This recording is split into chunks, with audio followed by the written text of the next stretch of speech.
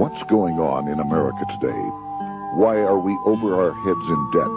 Why can't the politicians bring debt under control? Why are so many people, often both parents now, working at low-paying, dead-end jobs and still making do with less? What's the future of the American economy and way of life?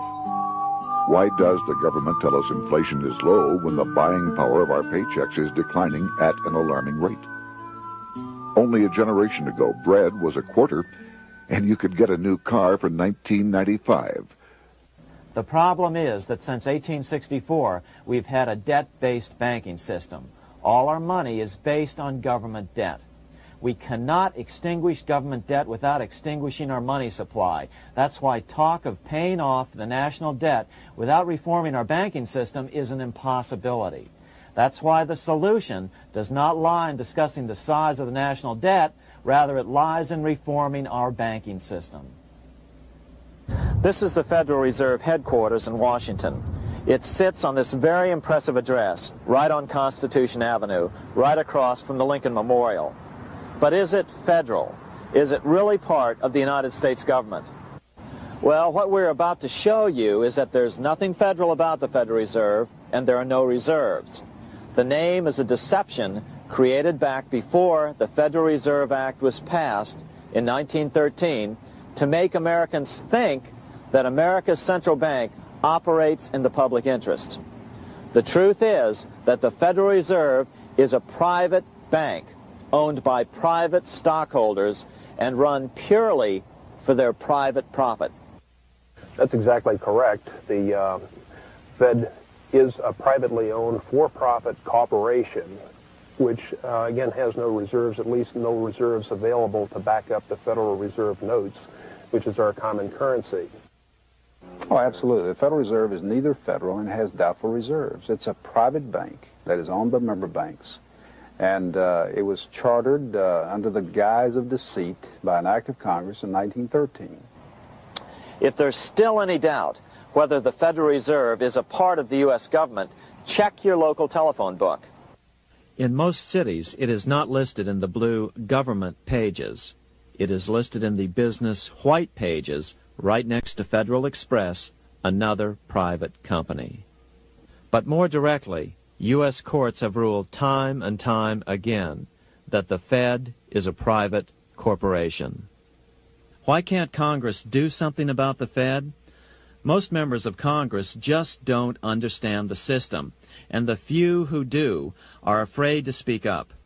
For example, initially a veteran congressman from Chicago asked us if he could be interviewed for this video. However, both times our camera crew arrived at his office to do the interview, this was all we were able to film.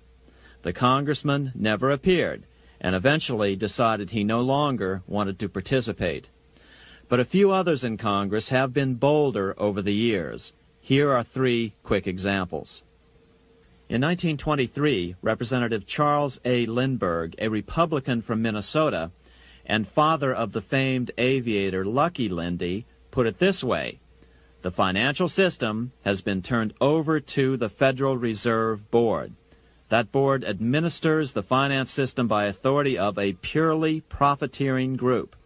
The system is private, conducted for the sole purpose of obtaining the greatest possible profits from the use of other people's money. One of the most outspoken critics in Congress of the Fed was the former chairman of the House Banking and Currency Committee during the Great Depression years. Lewis T. McFadden, Republican of Pennsylvania, said in 1932, "We have in this country one of the most corrupt institutions the world has ever known. I refer to the Federal Reserve Board. This evil institution has impoverished the people of the United States and has practically bankrupted our government. It has done this through the corrupt practices of the moneyed vultures who control it." Senator Barry Goldwater was a frequent critic of the Fed. Most Americans have no real understanding of the operation of the international moneylenders. The accounts of the Federal Reserve System have never been audited. It operates outside the control of Congress and manipulates the credit of the United States. The Federal Reserve really even though it is not part of the federal government, it is more powerful than the federal government. It's more powerful than the president, the Congress, and the courts. Now, a lot of people challenge me on that, but let me prove my case. The Federal Reserve determines what the average person's car payment is going to be, what their house payment is going to be, and whether they have a job or not. And I submit to you that that's total control. And the Federal Reserve is the largest single creditor of the United States government. What does Proverbs tell us? The borrower is servant to the lender. What one has to understand is that from the day the Constitution was adopted right up to today, the folks who profit from privately owned central banks, as Madison called them, the money changers, have fought a running battle for control over who gets to print America's money. Why is who prints the money so important? Think of money as just another commodity. If you have a monopoly on a commodity that everyone needs, everyone wants, and nobody has enough of, there are lots of ways to make a profit, and also exert tremendous political influence. That's what this battle is all about. Throughout the history of the United States, the money power has gone back and forth between Congress and some sort of privately owned central bank. The Founding Fathers knew the evils of a privately owned central bank. First of all, they had seen how the privately owned British central bank, the Bank of England, had run up the British national debt to such an extent that Parliament had been forced to place unfair taxes on the American colonies.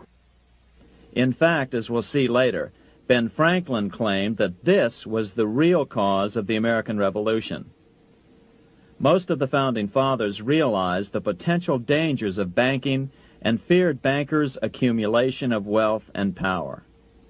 Jefferson put it this way: I sincerely believe that banking institutions are more dangerous to our liberties than standing armies. The issuing power should be taken from the banks and restored to the people to whom it properly belongs. That succinct statement of Jefferson is, in fact, the solution to all our economic problems today. It bears repeating. The issuing power should be taken from the banks and restored to the people to whom it properly belongs. James Madison, the main author of the Constitution, agreed. Interestingly, he called those behind the central bank scheme money changers. Madison strongly criticized their actions. History records that the money changers have used every form of abuse, intrigue, deceit, and violent means possible to maintain their control over governments by controlling money and its issuance. The battle over who gets to issue our money has been the pivotal issue throughout the history of the United States. Wars are fought over it, depressions are caused to acquire it. Yet after World War I, this battle was rarely mentioned in newspapers or history books. Why? By World War I, the money changers, with their dominant wealth, had seized control of most of the nation's press. Throughout U.S. history, this battle over who gets the power to issue our money has raged. In fact, it's changed hands back and forth 8 times since 1764. Yet this fact has virtually vanished from public view for over 3 generations behind a smokescreen emitted by Fed cheerleaders in the media. Until we stop talking about deficits and government spending and start talking about who controls how much money we have, it's all just a big shell game, a complete and utter deception. It won't matter if you pass an ironclad amendment to the Constitution mandating a balanced budget. Our situation is only going to get worse until we root out the cause at its source. What's the solution for our national problem? First of all, education. That's what this video presentation is all about. But secondly, we must act. We must take back the power to issue our own money. Issuing our own money is not a radical solution. I want to stress that. It's the same solution used at different points in U.S. history by men like Benjamin Franklin, Thomas Jefferson, Andrew Jackson, Martin Van Buren, and Abraham Lincoln. So, to sum it up, in 1913, Congress gave an independent central bank, deceptively named the Federal Reserve, a monopoly over issuing America's money, and the debt generated by this quasi-private corporation is what is killing the American economy. Though the Federal Reserve is now the most powerful central bank in the world, it was not the first.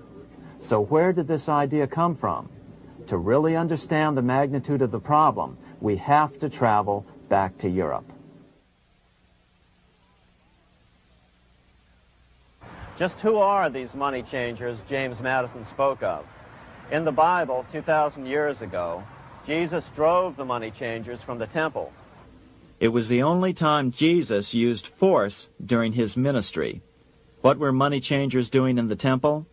When Jews came to Jerusalem to pay their temple tax, they could only pay it with a special coin, the half shekel of the sanctuary. This was a half ounce of pure silver about this size. It was the only coin around at that time which was pure silver and of assured weight without the image of a pagan emperor. Therefore, to Jews, the half shekel was the only coin acceptable to God. But these coins were not plentiful.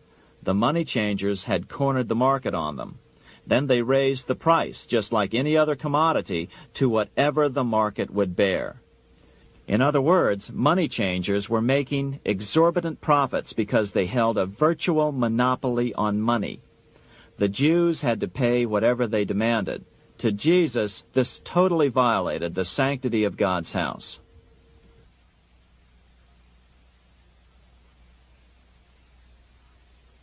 But the money-changing scam did not originate in Jesus' day. 200 years before Christ, Rome was having trouble with money changers. 2 early Roman emperors had tried to diminish the power of the money changers by reforming usury laws and limiting land ownership to 500 acres. They were both assassinated. In 48 BC, Julius Caesar took back the power to coin money from the money changers and minted coins for the benefit of all. With this new, plentiful supply of money, he built great public works projects. By making money plentiful, Caesar won the love of the common man. But the money changers hated him. Some believe this was an important factor in Caesar's assassination. One thing is for sure, with the death of Caesar came the demise of plentiful money in Rome. Taxes increased, as did corruption. Just as in the case of America today, usury and debased coin became the rule. Eventually, the Roman money supply was reduced by 90%. As a result, the common people lost their lands and their homes, just as is about to happen soon in America. With the demise of plentiful money, the masses lost confidence in the Roman government and refused to support it. Rome plunged into the gloom of the Dark Ages.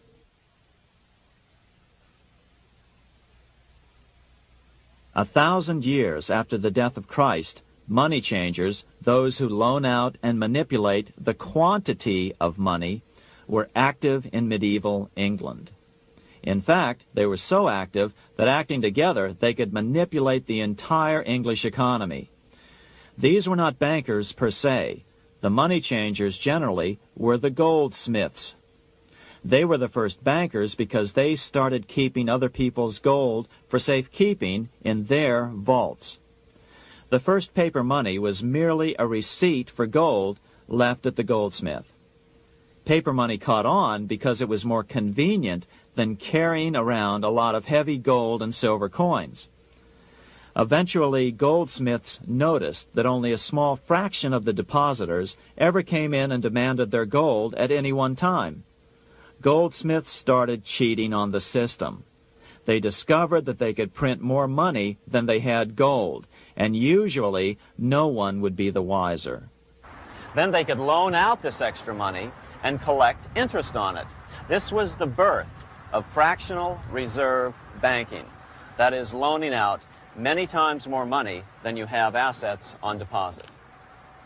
So, if $1,000 in gold were deposited with them, they could loan out about $10,000 in paper money and draw interest payments on it, and no one would ever discover the deception.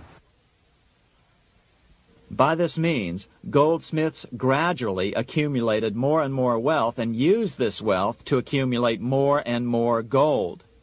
Today, this practice of loaning out more money than there are reserves is known as fractional reserve banking.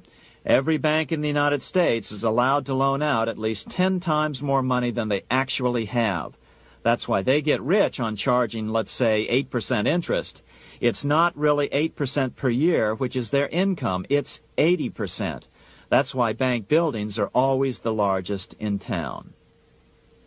But does that mean that all interest or all banking should be illegal? Hardly. In the Middle Ages, canon law, the law of the Catholic Church, forbade charging interest on loans. This concept followed the teachings of Aristotle and St. Thomas Aquinas. They taught that the purpose of money was to serve the members of society, to facilitate the exchange of goods needed to lead a virtuous life. Interest, in their belief, hindered this purpose by putting an unnecessary burden on the use of money. In other words, interest was contrary to reason and justice. Reflecting church law in the Middle Ages, Europe forbade charging interest on loans and made it a crime called usury. As commerce grew, and therefore opportunities for investment arose in the late Middle Ages, it came to be recognized that to loan money had a cost for the lender, both in risk and in lost opportunity. So some charges were allowed, but not interest per se. But all moralists, no matter what religion, condemn fraud, oppression of the poor, and injustice as clearly immoral. As we will see, fractional reserve lending is rooted in a fraud, results in widespread poverty, and reduces the value of everyone else's money. The ancient goldsmiths discovered that extra profits could be made by rowing the economy between easy money and tight money. When they made money easier to borrow, then the amount of money in circulation expanded. Money was plentiful. People took out more loans to expand their businesses. But then the money changers would tighten the money supply. They would make loans more difficult to get. What would happen? Just what happens today. A certain percentage of people could not repay their previous loans and could not take out new loans to repay the old ones.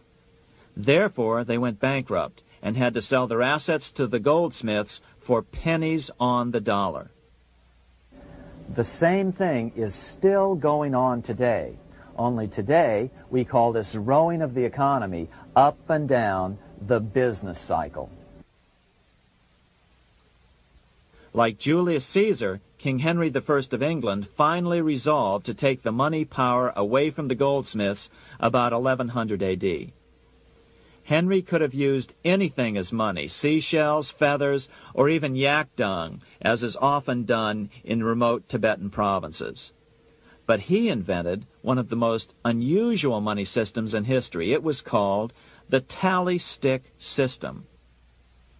Here I have one of the few surviving examples of this form of British money, which lasted 726 years until 1826, a tally stick. The tally system was adopted to avoid the monetary manipulation of the goldsmiths. Tally sticks were money fabricated out of sticks of polished wood. Notches were cut along one edge of the stick to indicate the denominations.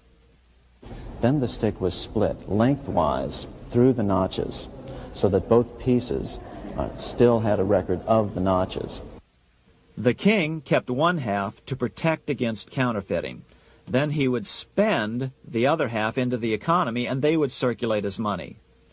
This particular tally stick is huge. It represented 25,000 pounds.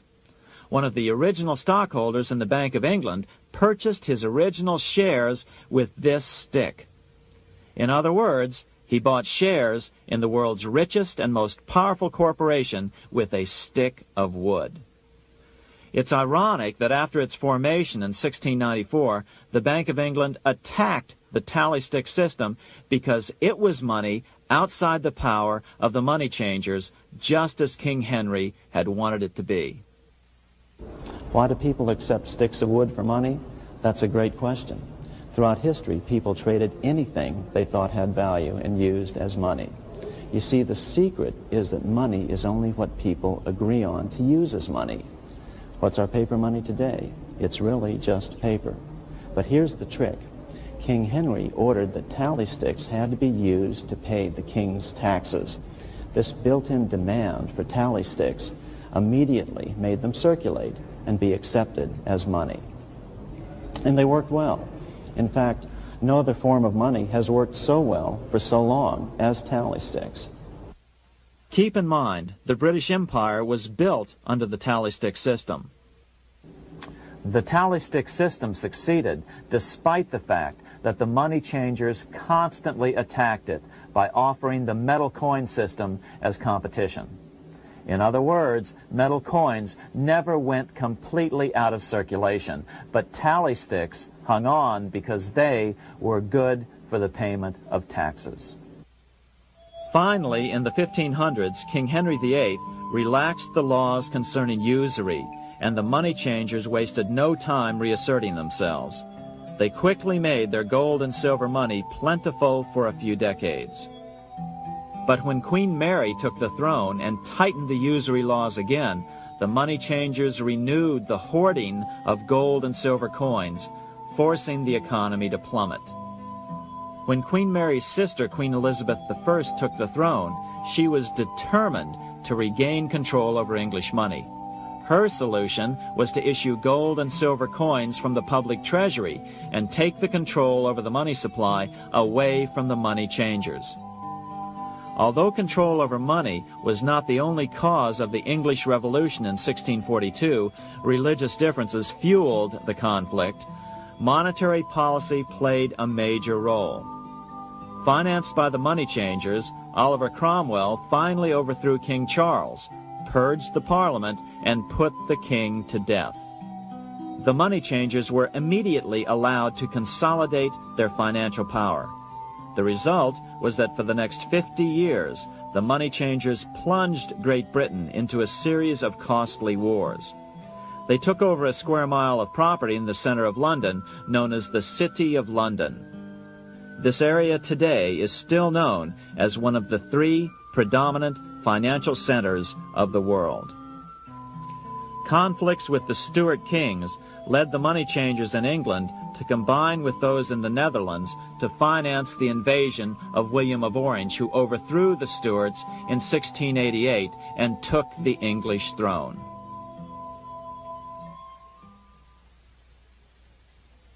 By the end of the 1600s, England was in financial ruin.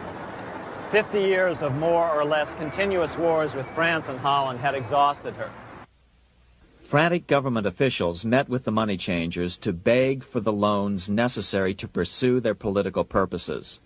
The price was high: a government-sanctioned, privately owned bank which could issue money created out of nothing. It was to be the modern world's first privately owned central bank, the Bank of England. Although it was deceptively called the Bank of England to make the general population think it was part of the government, it was not. Like any other private corporation, the Bank of England sold shares to get started. The investors, whose names were never revealed, were supposed to put up £1.25 million British pounds in gold coin to buy their shares in the bank, but only £750,000 was ever received. Despite that, the bank was duly chartered in 1694 and started out in the business of loaning out several times the money it supposedly had in reserves, all at interest. In exchange, the new bank would loan British politicians as much of the new currency as they wanted, as long as they secured the debt by direct taxation of the British people. So, legalization of the Bank of England amounted to nothing less than legal counterfeiting of a national currency for private gain. Unfortunately, nearly every nation now has a privately controlled central bank using the Bank of England as the basic model. Such is the power of these central banks that they soon take total control over a nation's economy. It soon amounts to nothing but a plutocracy, rule by the rich. It would be like putting control of the army in the hands of the mafia. The danger of tyranny would be extreme. Yes, we need central banks. No, we do not need them in private hands. The central bank scam is really a hidden tax. The nation sells bonds to the central bank to pay for things it does not have the political will to raise taxes to pay for. But the bonds are purchased with money the central bank creates out of nothing. More money in circulation makes your money worth less. The government gets as much money as it needs, and the people pay for it in inflation.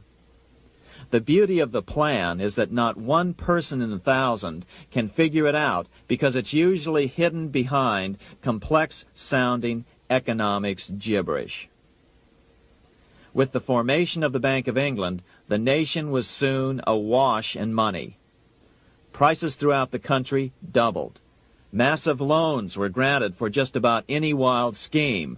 One venture proposed to drain the Red Sea to recover gold supposedly lost when the Egyptian army drowned pursuing Moses and the Israelites. By 1698, government debt grew from the initial £1.25 million to £16 million. Naturally, taxes were increased and then increased again to pay for all of this. With the British money supply firmly in their grip, the British economy began a wild roller coaster series of booms and depressions, exactly the sort of thing a central bank claims it is determined to prevent. There are two things which I think are intrinsic not just to the Bank of England, but to central banking generally. The first is an involvement in the formulation of monetary policy with the specific objective of achieving monetary stability. However, since the Bank of England took control, the British pound has rarely been stable. Now let's take a look at the role of the Rothschild family, the family said to be the wealthiest in the world.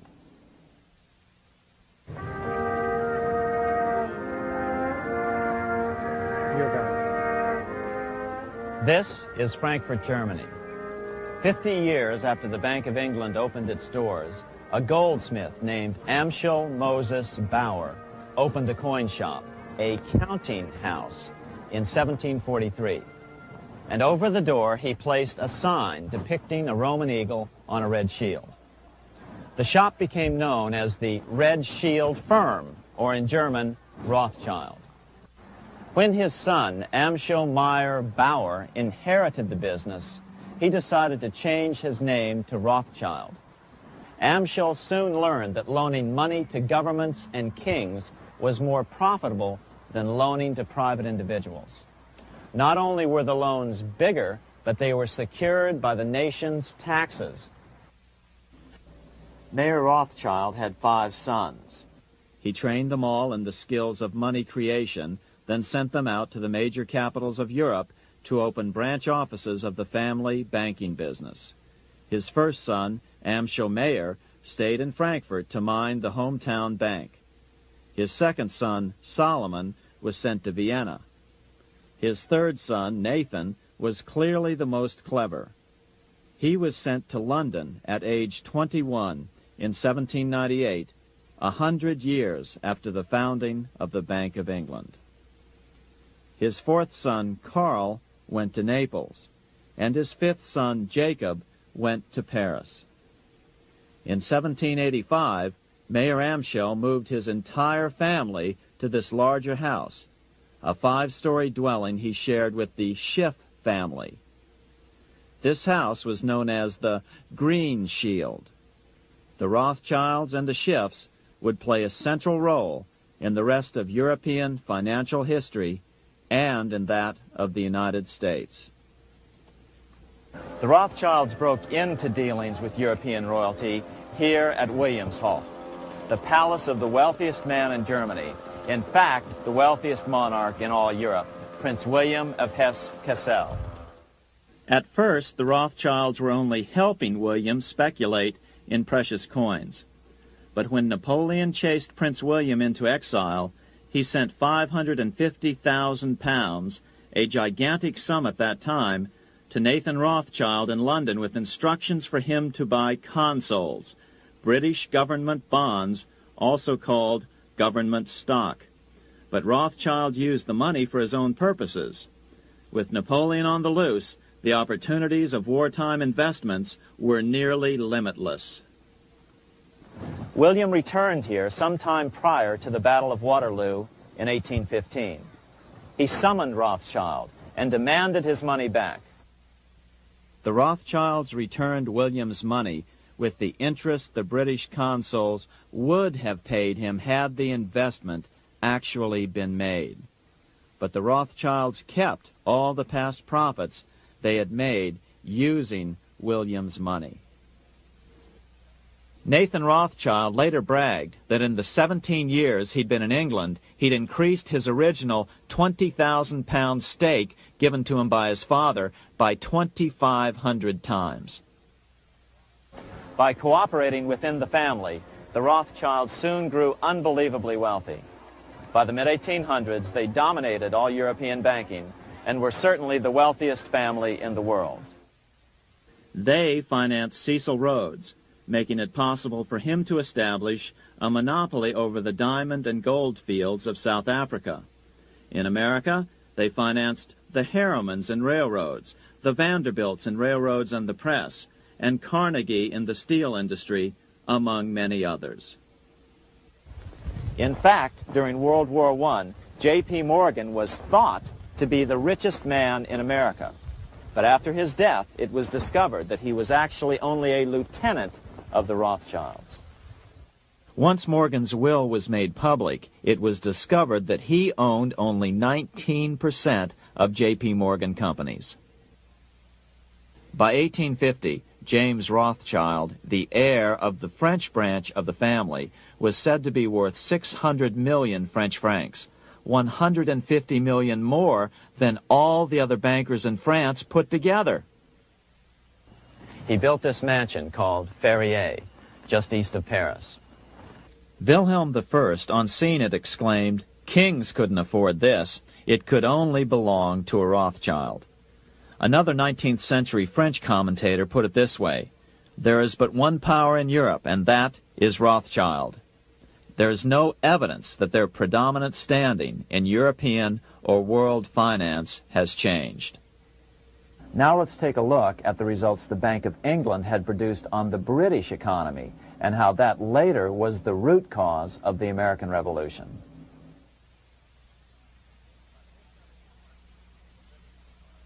By the mid-1700s, the British Empire was nearing its height of power around the world. But Britain had fought 4 costly wars in Europe since the creation of their privately owned central bank, the Bank of England. The cost had been high. To finance these wars, the British Parliament here had borrowed heavily from the bank.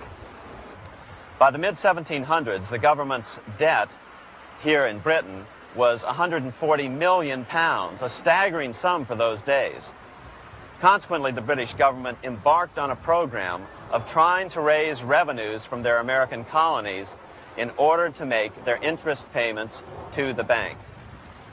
But in America, it was a different story. The scourge of a privately owned central bank had not yet hit. This is Independence Hall in Philadelphia, where the Declaration of Independence and Constitution were signed. In the mid-1700s, pre-revolutionary America was still relatively poor. There was a severe shortage of precious metal coins to trade for goods, so the early colonists were forced to experiment with printing their own homegrown paper money. Some of these experiments were successful. Franklin was a big supporter of the colonies printing their own paper money. In 1757, Franklin was sent to London. He ended up staying for the next 18 years here, nearly until the start of the American Revolution. During this period, the American colonies began to issue their own money. Called colonial scrip, the endeavor was very successful. It provided a reliable medium of exchange, and it also helped to provide a feeling of unity between the colonies. Remember, colonial scrip was just paper money, debt-free money, printed in the public interest, and not backed by gold or silver coin. In other words, it was a totally fiat currency. One day, officials of the Bank of England asked Franklin how he would account for the newfound prosperity of the colonies. Without hesitation, he replied, "That is simple. In the colonies, we issue our own money. It is called colonial scrip. We issue it in proper proportion to the demands of trade and industry to make the products pass easily from the producers to the consumers. In this manner, creating for ourselves our own paper money, we control its purchasing power, and we have no interest to pay to no one." This was just common sense to Franklin, but you can imagine the impact it had on the Bank of England. America had learned the secret of money, and that genie had to be returned to its bottle as soon as possible.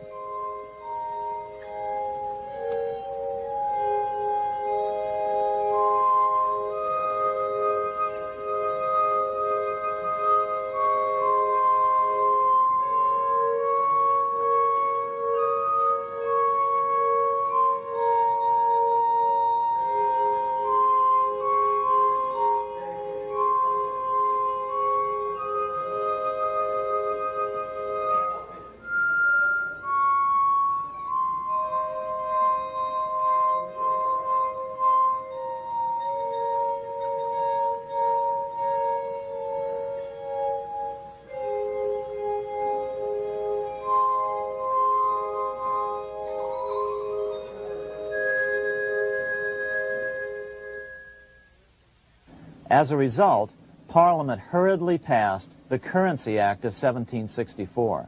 This prohibited colonial officials from issuing their own money and ordered them to pay all future taxes in gold or silver coins. In other words, it forced the colonies on a gold or silver standard.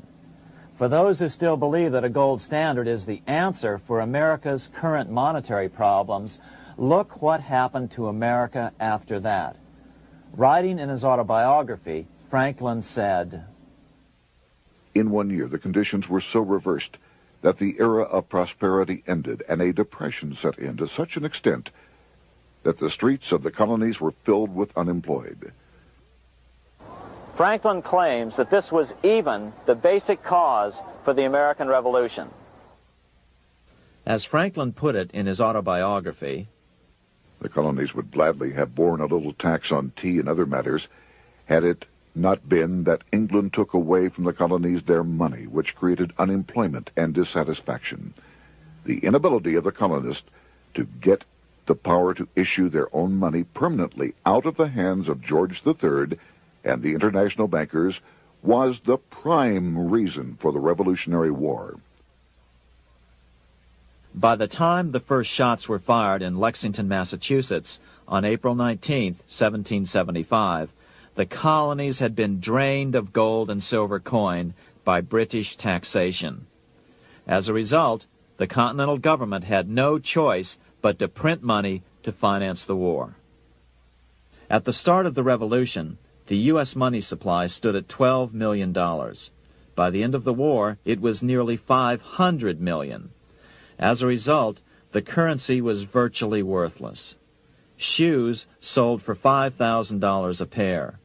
Colonial scrip had worked because just enough was issued to facilitate trade. As George Washington lamented, "A wagon load of money will scarcely purchase a wagon load of provisions." Today, those who support a gold-backed currency point to this period during the Revolution to demonstrate the evils of a fiat currency. But remember, the same currency had worked so well 20 years earlier during times of peace that the Bank of England had Parliament outlaw it.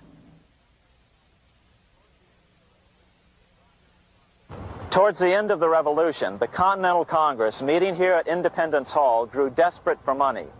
In 1781, they allowed Robert Morris, their financial superintendent, to open a privately owned central bank. Incidentally, Morris was a wealthy man who had grown wealthier during the Revolution by trading in war materials. Called the Bank of North America, the new bank was closely modeled after the Bank of England. It was allowed to practice fractional reserve banking. That is, it could lend out money it didn't have, then charge interest on it. If you or I were to do that, we would be charged with fraud, a felony.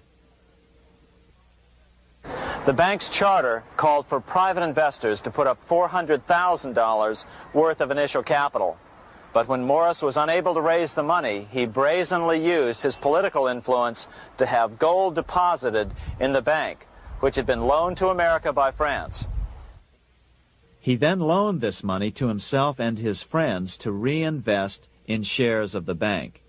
And, like the Bank of England, the bank was given a monopoly over the national currency. Soon the dangers became clear. The value of American currency continued to plummet. So, 4 years later, in 1785, the bank's charter was not renewed.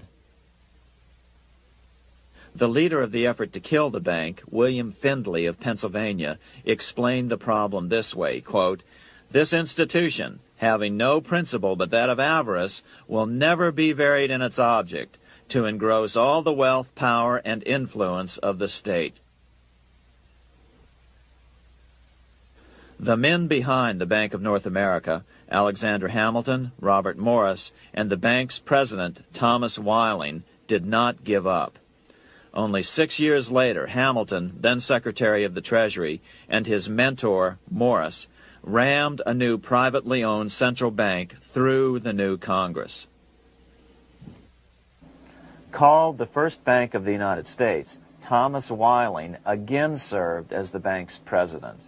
The players were the same, only the name of the bank was changed.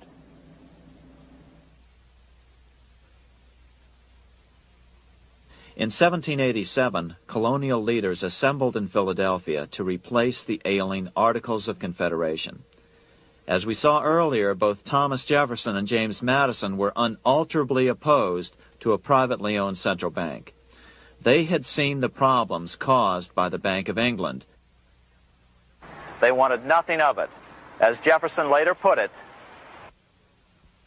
"If the American people ever allow private banks to control the issue of their currency, first by inflation, then by deflation, the banks and the corporations which grow up around them will deprive the people of all property until their children wake up homeless on the continent their fathers conquered." During the debate over the future monetary system, another one of the founding fathers, Gouverneur Morris, castigated the motivations of the owners of the Bank of North America. Gouverneur Morris headed the committee that wrote the final draft of the Constitution. Morris knew the motivations of the bank well. Along with his old boss, Robert Morris, Gouverneur Morris and Alexander Hamilton were the ones who had presented the original plan for the Bank of North America to the Continental Congress in the last year of the Revolution. In a letter he wrote to James Madison on July 2nd, 1787, Gouverneur Morris revealed what was really going on. "The rich will strive to establish their dominion and enslave the rest. They always did. They always will. They will have the same effect here as elsewhere if we do not, by the power of government, keep them in their proper spheres." Despite the defection of Gouverneur Morris from the ranks of the bank, Hamilton, Robert Morris, Thomas Whiling, and their European backers were not about to give up. They convinced the bulk of the delegates to the Constitutional Convention to not give Congress the power to issue paper money. Most of the delegates were still reeling from the wild inflation of the paper currency during the Revolution. They had forgotten how well colonial scrip had worked before the war. But the Bank of England had not. The money changers could not stand to have America printing her own money again. So the Constitution is silent on the matter. This grievous defect left the door wide open for the money changers, just as they had planned.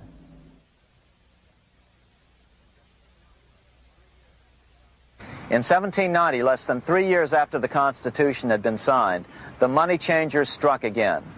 The newly appointed first Secretary of the Treasury, Alexander Hamilton, proposed a bill to the Congress calling for a new, privately owned central bank. Coincidentally, that was the very year that Amschel Rothschild made his pronouncement from his flagship bank in Frankfurt. Let me issue and control a nation's money, and I care not who writes the laws. Alexander Hamilton was a tool of the international bankers, and he wanted to create the U.S. Bank, the BUS, or the Bank of the United States, and did so. Interestingly, one of Hamilton's first jobs after graduating from law school in 1782 was as an aide to Robert Morris, the head of the Bank of North America. In fact, the year before, Hamilton had written Morris a letter saying, "A national debt, if it is not excessive, will be to us a national blessing." A blessing to whom? After a year of intense debate, in 1791, Congress passed the bill and gave it a 20-year charter. The new bank was to be called the First Bank of the United States, or BUS. Here we are in front of the First Bank of the United States in Philadelphia. The bank was given a monopoly on printing U.S. currency, even though 80% of its stock would be held by private investors. The other 20% would be purchased by the U.S. government. But the reason was not to give the government a piece of the action. It was to provide the capital for the other 80% owners. As with the old Bank of North America and the Bank of England before that, the stockholders never paid the full amount for their shares.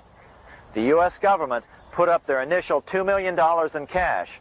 Then the bank, through the old magic of fractional reserve lending, made loans to its charter investors so they could come up with the remaining $8 million of capital needed for this risk-free investment. Like the Bank of England, the name of the Bank of the United States was deliberately chosen to hide the fact that it was privately controlled. And like the Bank of England, the names of the investors in the bank were never revealed.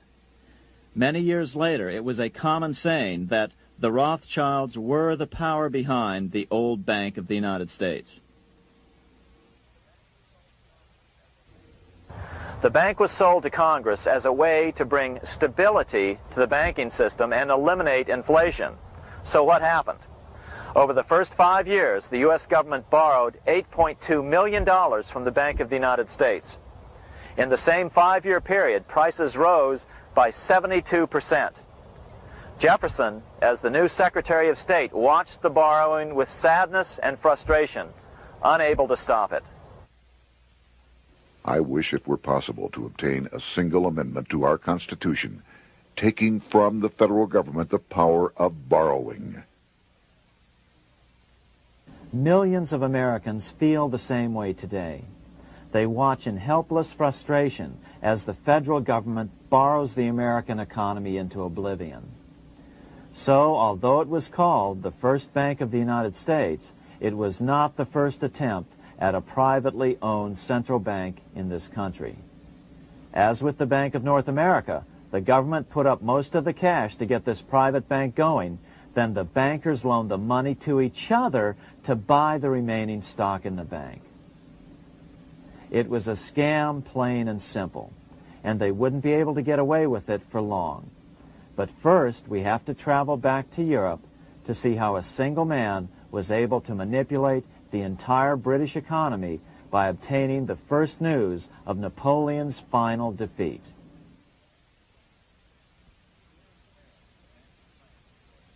Here in Paris, the Bank of France was organized in 1800, just like the Bank of England.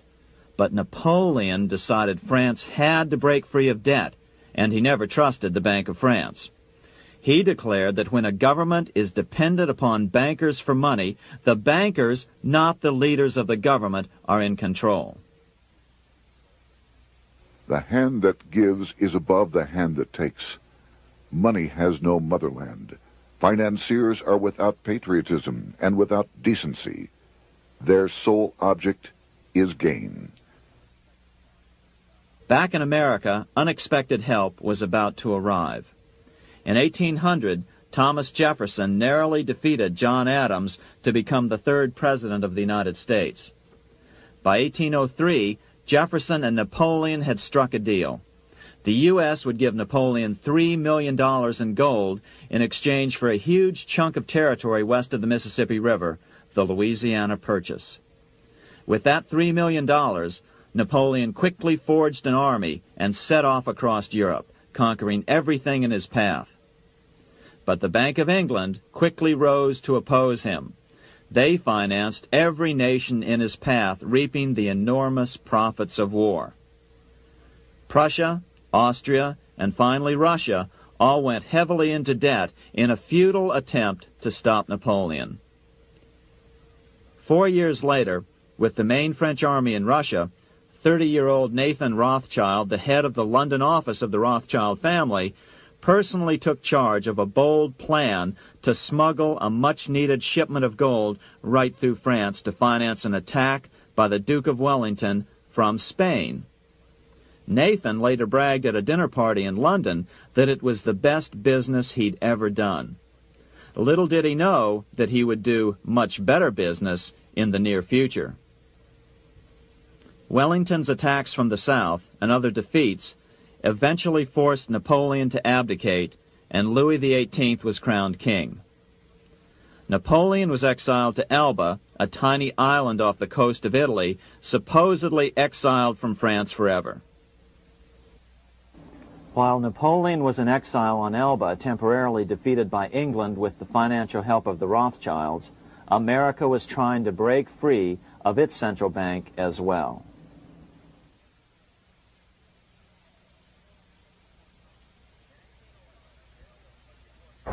In 1811, a bill was put before Congress to renew the charter of the Bank of the United States. The debate grew very heated, and the legislatures of both Pennsylvania and Virginia passed resolutions asking Congress to kill the bank. The press corps of the day attacked the bank openly, calling it a great swindle, a vulture, a viper, and a cobra. Oh, to have an independent press once again in America. A congressman named P.B. Porter attacked the bank from the floor of Congress, saying if the bank's charter was renewed, Congress, quote, will have planted in the bosom of this Constitution a viper, which one day or another will sting the liberties of this country to the heart, close quote. Prospects didn't look that good for the bank. Some writers have even claimed that Nathan Rothschild warned that the United States would find itself involved in a most disastrous war if the bank's charter were not renewed. But it wasn't enough. When the smoke had cleared, the renewal bill was defeated by a single vote in the House and was deadlocked in the Senate. By now, America's fourth president, James Madison, was in the White House. Remember, Madison was a staunch opponent of the bank. His vice president, George Clinton, broke a tie in the Senate and sent the bank into oblivion. Within 5 months, England attacked the U.S., and the War of 1812 was on. But the British were still busy fighting Napoleon, and so the War of 1812 ended in a draw in 1814. Though the money changers were temporarily down, they were far from out. It would take them only another 2 years to bring back their bank bigger and stronger than ever.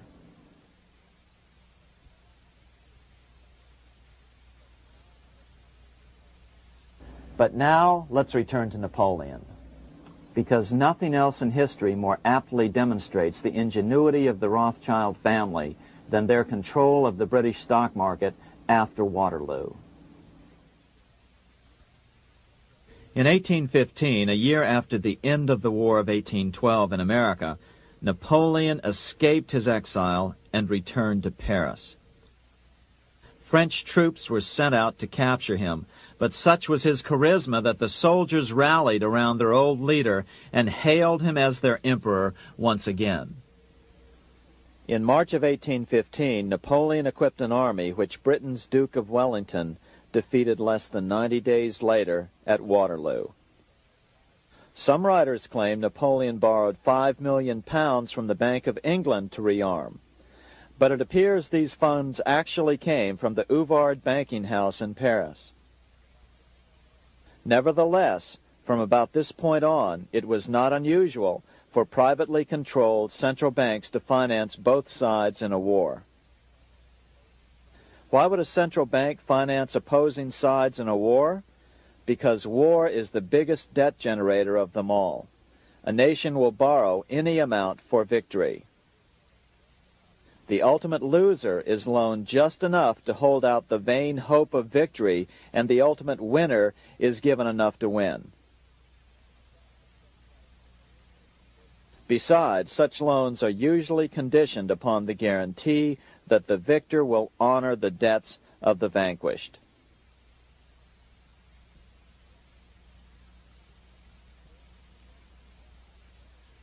This is the Waterloo battlefield about 200 miles northeast of Paris in what today is Belgium.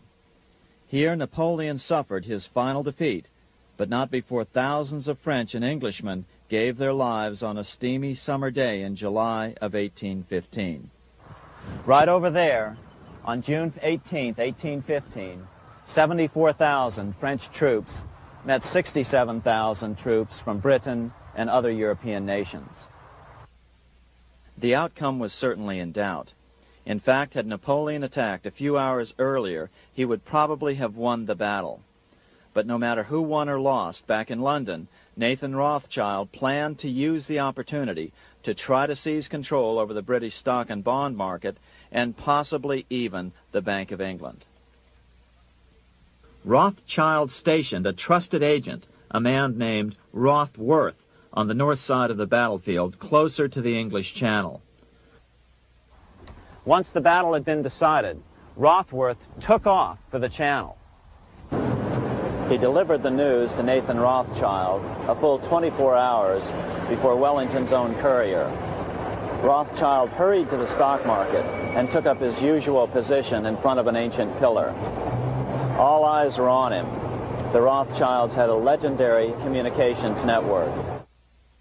If Wellington had been defeated and Napoleon was loose on the continent again, Britain's financial situation would become grave indeed.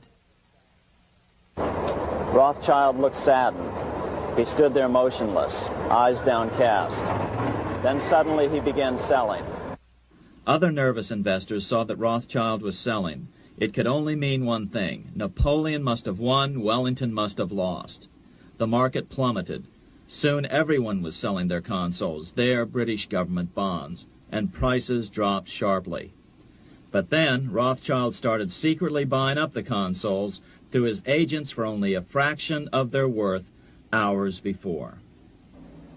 Myths, legends, you say? 100 years later, the New York Times ran a story which said that Nathan's grandson had attempted to secure a court order to suppress a book with this stock market story in it. The Rothschild family claimed the story was untrue and libelous, but the court denied the Rothschilds' request and ordered the family to pay all court costs. What's even more interesting about this story is that some authors claim that the day after the Battle of Waterloo, in a matter of hours, Nathan Rothschild came to dominate not only the bond market, but the Bank of England as well. Whether or not the Rothschild family seized control of the Bank of England, the first privately owned central bank in a major European nation and the wealthiest, one thing is certain. By the mid-1800s, the Rothschilds were the richest family in the world, bar none. They dominated the new government bond markets and branched into other banks and industrial concerns. In fact, the rest of the 19th century was known as the Age of the Rothschilds. Despite this overwhelming wealth, the family has generally cultivated an aura of invisibility. Although the family controls scores of industrial, commercial, mining, and tourist corporations, only a handful bear the Rothschild name. By the end of the 19th century, one expert estimated that the Rothschild family controlled half the wealth of the world. Whatever the extent of their vast wealth, it is reasonable to assume that their percentage of the world's wealth has increased since then. But since the turn of the century, the Rothschilds have cultivated the notion that their power has somehow waned even as their wealth increases.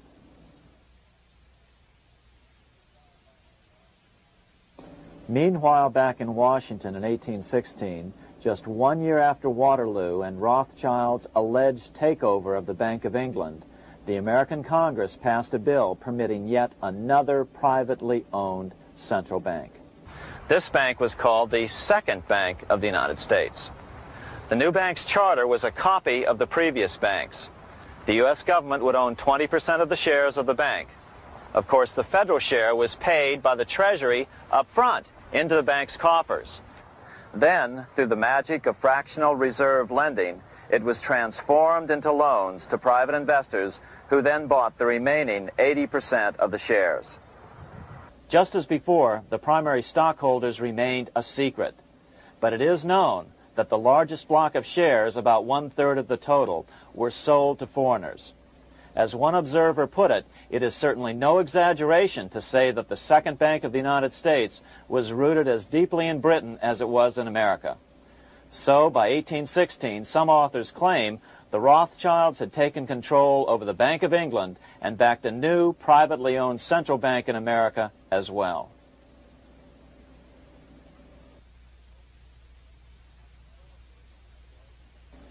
After 12 years of manipulations of the U.S. economy on the part of the Second Bank of the U.S., the American people had had just about enough. Opponents of the bank nominated a dignified senator from Tennessee, Andrew Jackson, the hero of the Battle of New Orleans, to run for president. This is his home, the Hermitage. No one gave Jackson a chance initially.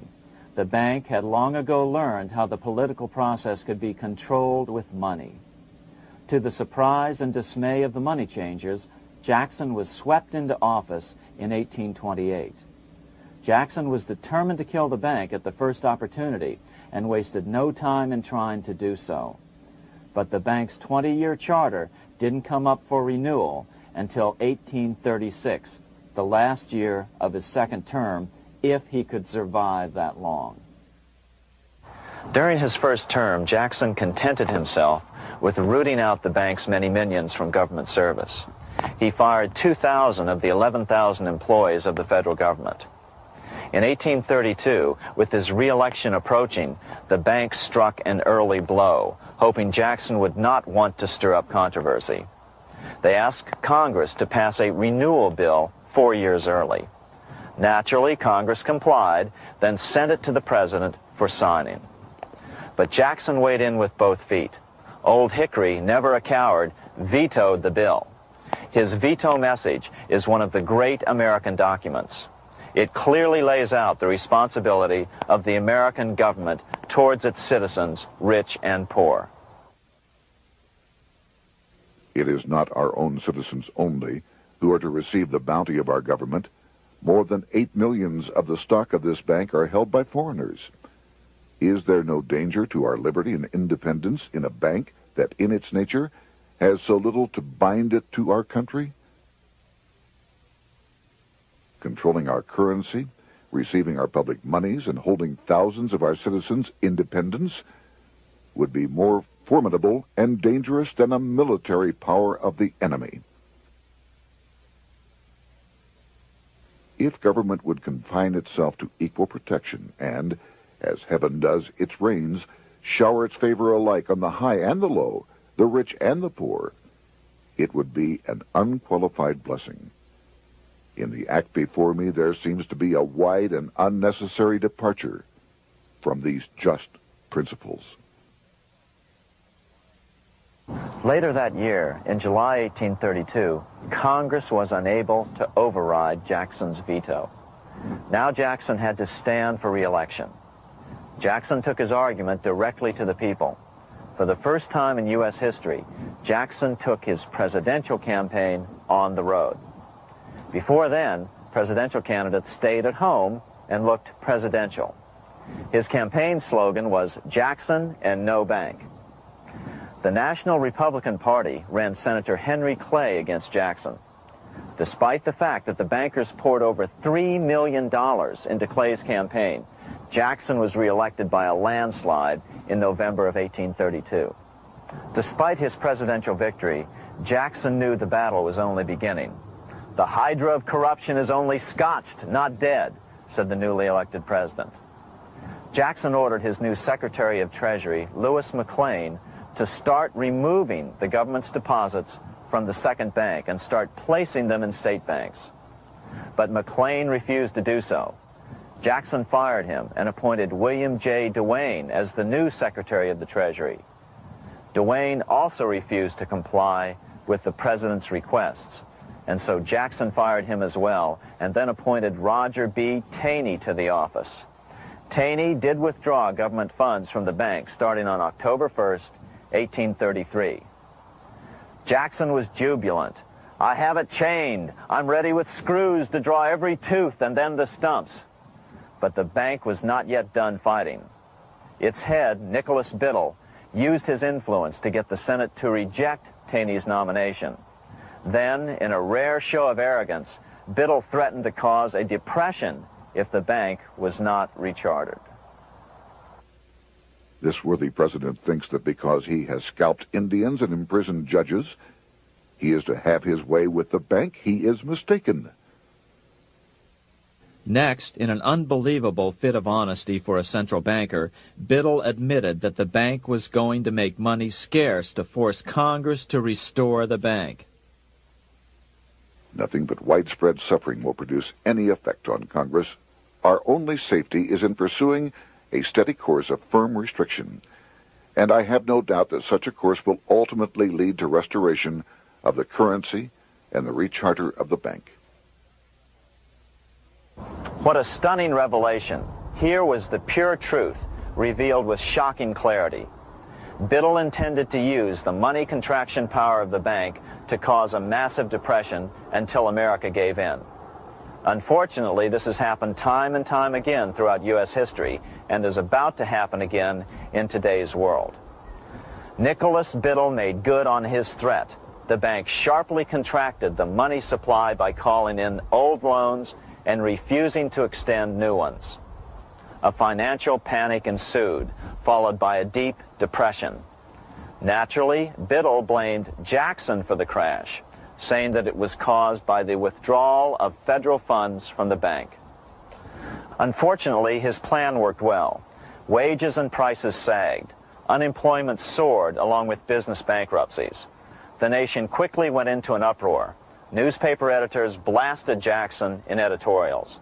The bank threatened to withhold payments, which then could be made directly to key politicians for their support. Within only months, Congress assembled in what was called the panic session. 6 months after he had withdrawn funds from the bank, Jackson was officially censured by a resolution which passed the Senate by a vote of 26 to 20. It was the first time a president had ever been censured by Congress. Jackson lashed out at the bank. "You are a den of vipers. I intend to rout you out, and by eternal God, I will rout you out." America's fate teetered on a knife edge.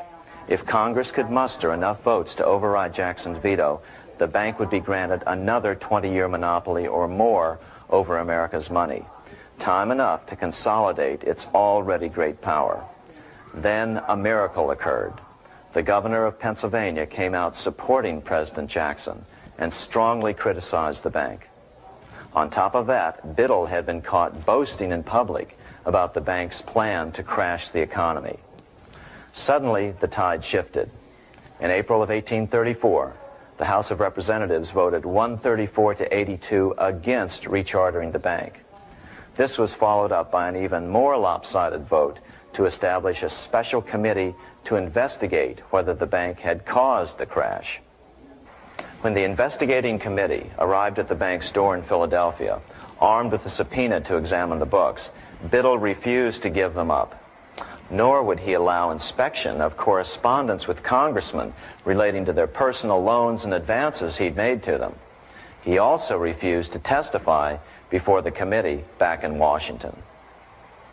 On January 8, 1835, Jackson paid off the final installment on the national debt, which had been necessitated by allowing the banks to issue currency for government bonds rather than simply issuing treasury notes without such debt.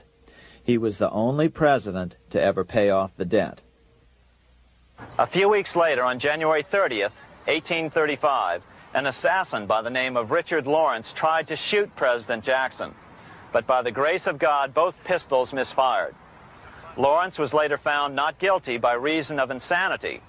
After his release, he bragged to friends that powerful people in Europe had put him up to the task and promised to protect him if he were caught. The following year, when its charter ran out, the Second Bank of the United States ceased functioning as the nation's central bank. Biddle was later arrested and charged with fraud. He was tried and acquitted, but died shortly thereafter while still tied up in civil suits. After his second term as president, Jackson retired here to the Hermitage outside of Nashville to live out his life. He is still remembered here for his determination to kill the bank. In fact, he killed it so well that it took the money changers 77 years to undo the damage. When asked what his most important accomplishment had been, Jackson replied, "I killed the bank." Unfortunately, even Jackson failed to grasp the entire picture and its root cause. Although Jackson had killed the central bank, the most insidious weapon of the money changers, fractional reserve banking, remained in use by the numerous state-chartered banks. This fueled economic instability in the years before the Civil War. Still, the central bankers were out, and as a result, America thrived as it expanded westward. During this time, the principal money changers struggled to regain their lost centralized power, but to no avail.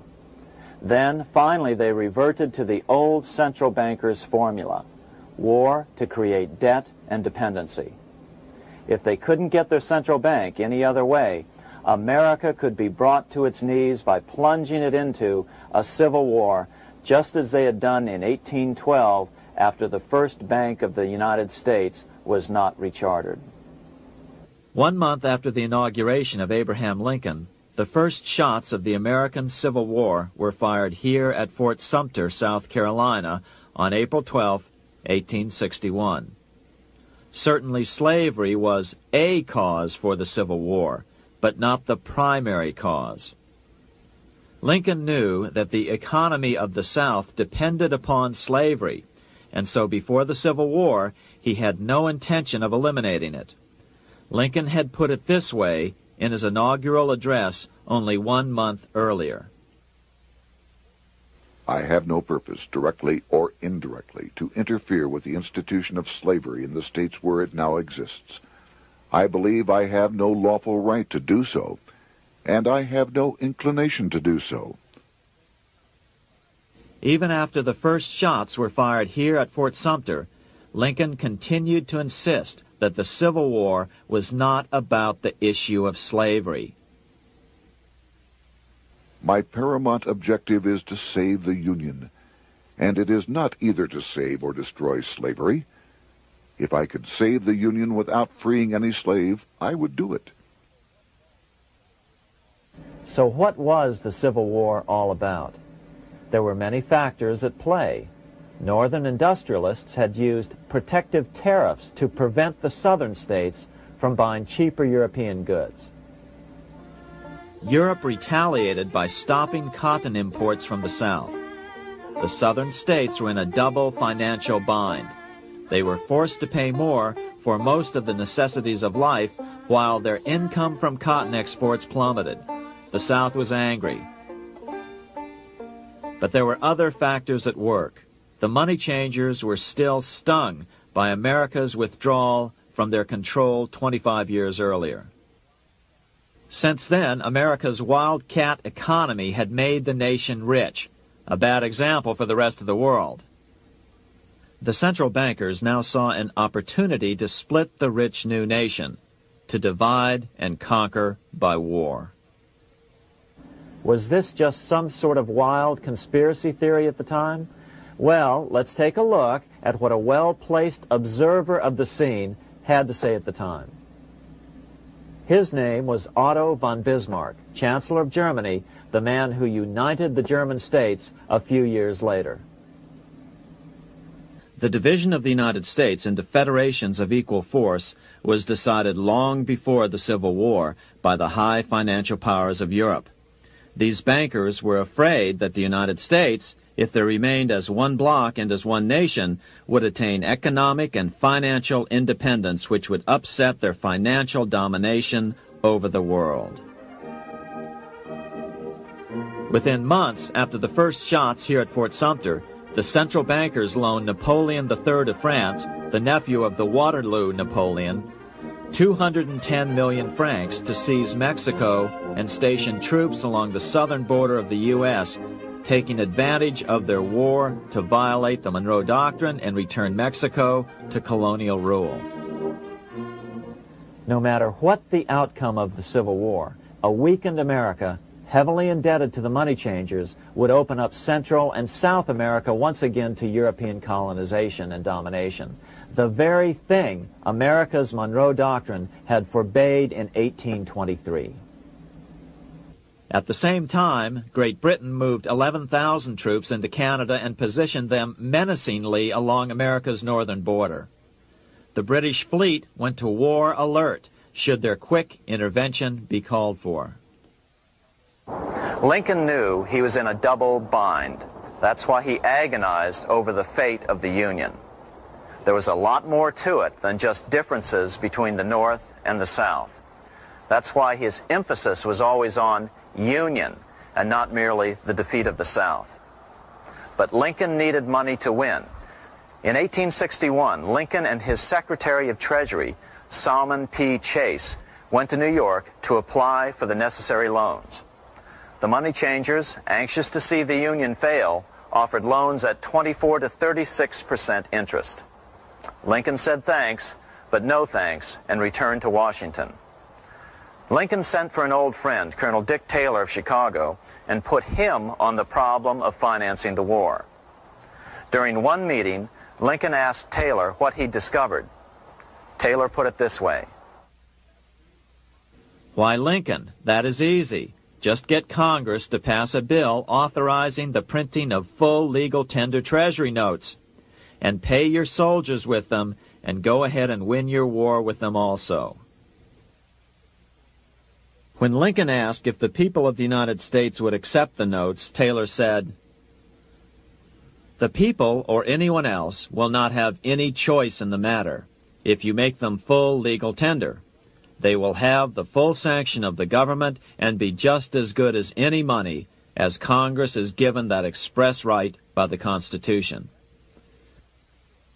So that's exactly what Lincoln did. In 1862-63, he printed up $450 million worth of the new bills. In order to distinguish them from other banknotes in circulation, he printed them in green ink on the back side. That's why the notes were called greenbacks. With this new money, Lincoln paid the troops and bought their supplies. During the course of the war, nearly $450 million worth of greenbacks were printed at no interest to the federal government. Lincoln understood who was really pulling the strings and what was at stake for the American people. This is how he explained his rationale. The government should create, issue, and circulate all the currency and credit needed to satisfy the spending power of the government and the buying power of consumers. The privilege of creating and issuing money is not only the supreme prerogative of government, but it is the government's greatest creative opportunity. By the adoption of these principles, the taxpayers will be saved immense sums of interest. Money will cease to be master and become the servant of humanity. A truly incredible editorial in the London Times explained the central bankers' attitude towards Lincoln's greenbacks. If this mischievous financial policy, which has its origins in North America, shall become indurated down to a fixture, then That government will furnish its own money without cost. It will pay off debts and be without debt. It will have all the money necessary to carry on its commerce. It will become prosperous without precedent in the history of the world. The brains and wealth of all countries will go to North America. That country must be destroyed, or it will destroy every monarchy on the globe. The scheme was effective, so effective that the next year, 1863, with Federal and Confederate troops beginning to mass for the decisive battle of the Civil War, and the Treasury in need of further congressional authority to issue more greenbacks, Lincoln allowed the bankers to push through the National Bank Act. These new national banks would operate under a virtual tax-free status and collectively had the exclusive monopoly power to create the new form of money, banknotes. Though greenbacks continued to circulate, their numbers were not increased. But most importantly, from this point on, the entire U.S. money supply would be created out of debt by bankers buying U.S. government bonds and issuing them for reserves for banknotes. As historian John Kenneth Galbraith explained it, in numerous years following the war, the federal government ran a heavy surplus. It could not, however, pay off its debt, retire its securities, because to do so meant there would be no bonds to back the national banknotes. To pay off the debt was to destroy the money supply. Later in 1863, Lincoln got some unexpected help from Tsar Alexander II of Russia. The Tsar, like Bismarck in Germany, knew what the international money changers were up to and had steadfastly refused to let them set up a central bank in Russia. If America survived and was able to remain out of their clutches, the Tsar's position would remain secure.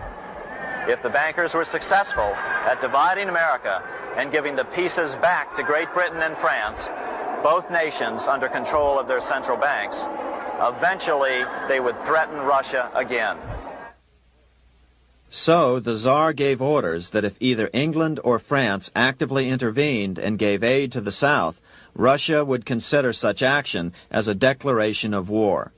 He did the same with part of his Pacific Fleet and sent them to port in San Francisco.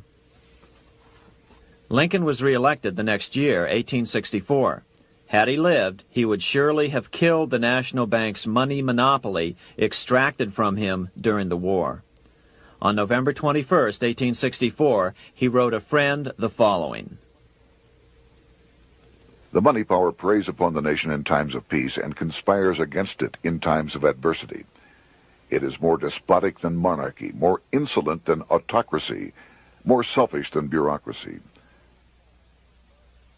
Shortly before Lincoln was murdered, his former Secretary of Treasury, Salmon P. Chase, bemoaned his role in helping secure the passage of the National Banking Act only 1 year earlier.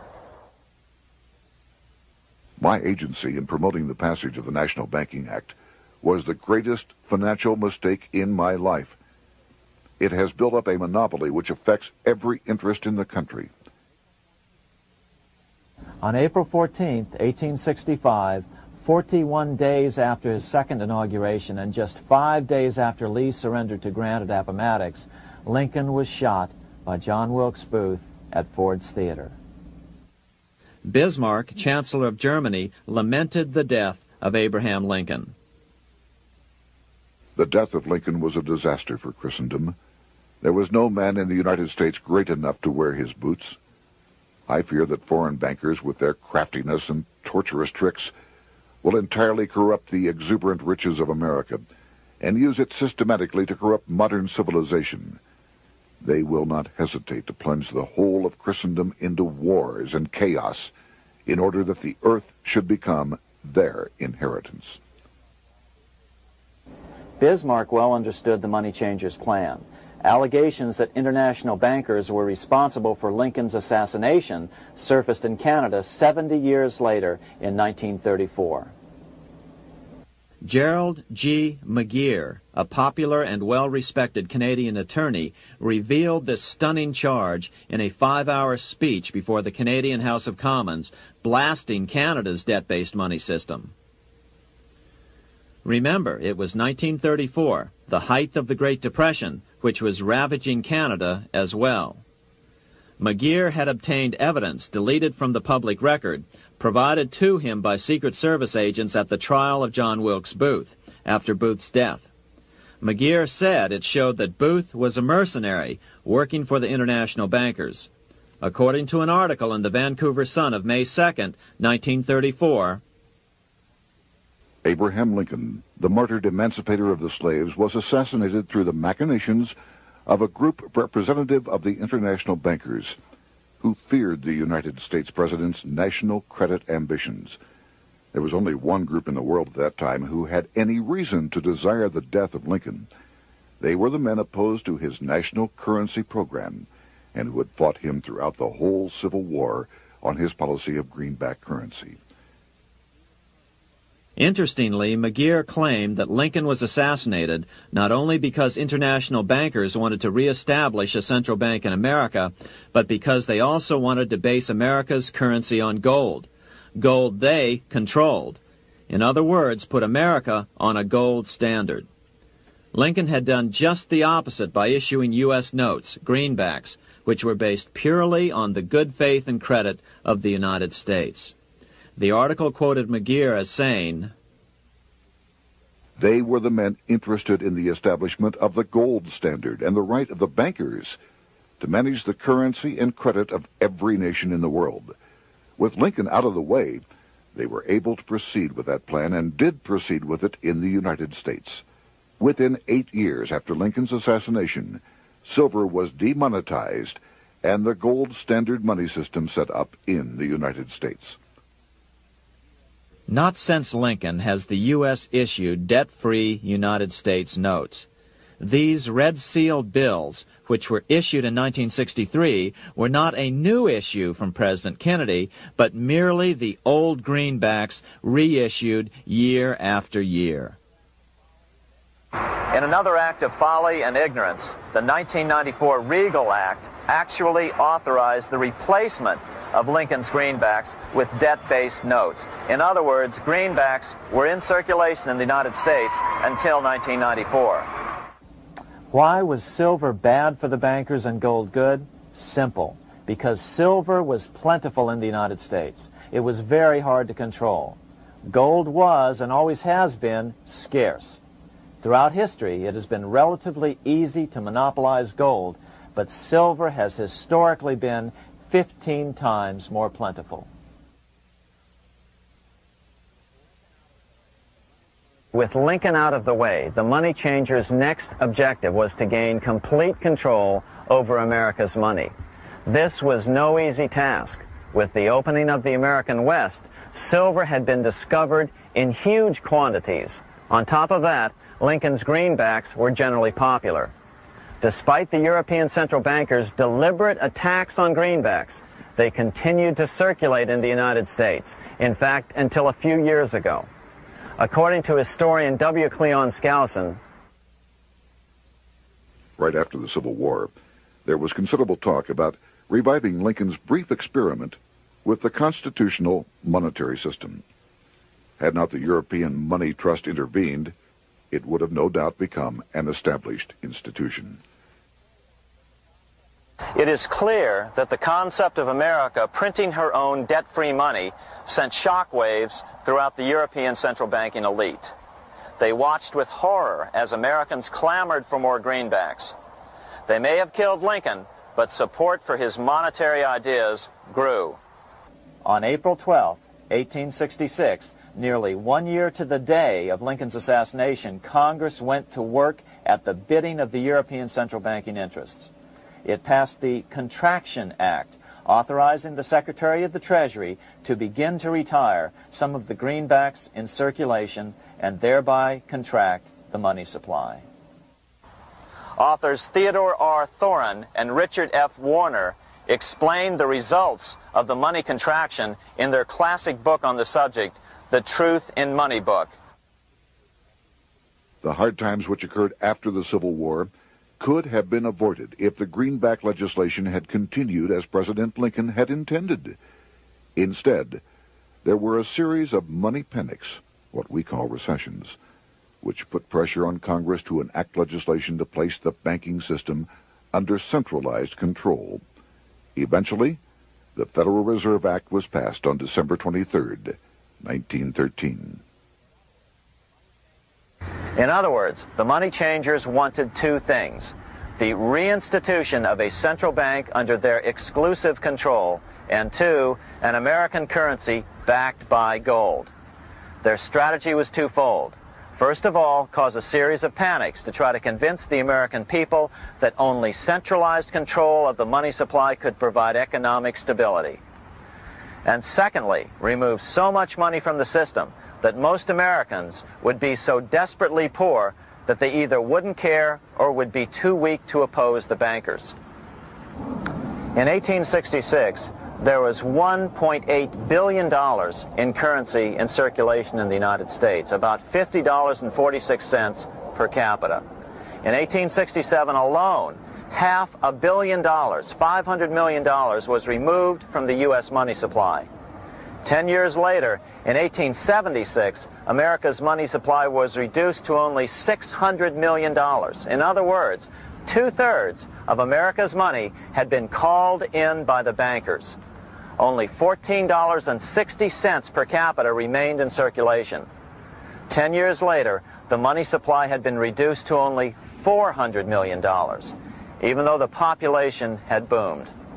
The result was that only $6.67 per capita remained in circulation, a 760% loss in buying power over 20 years.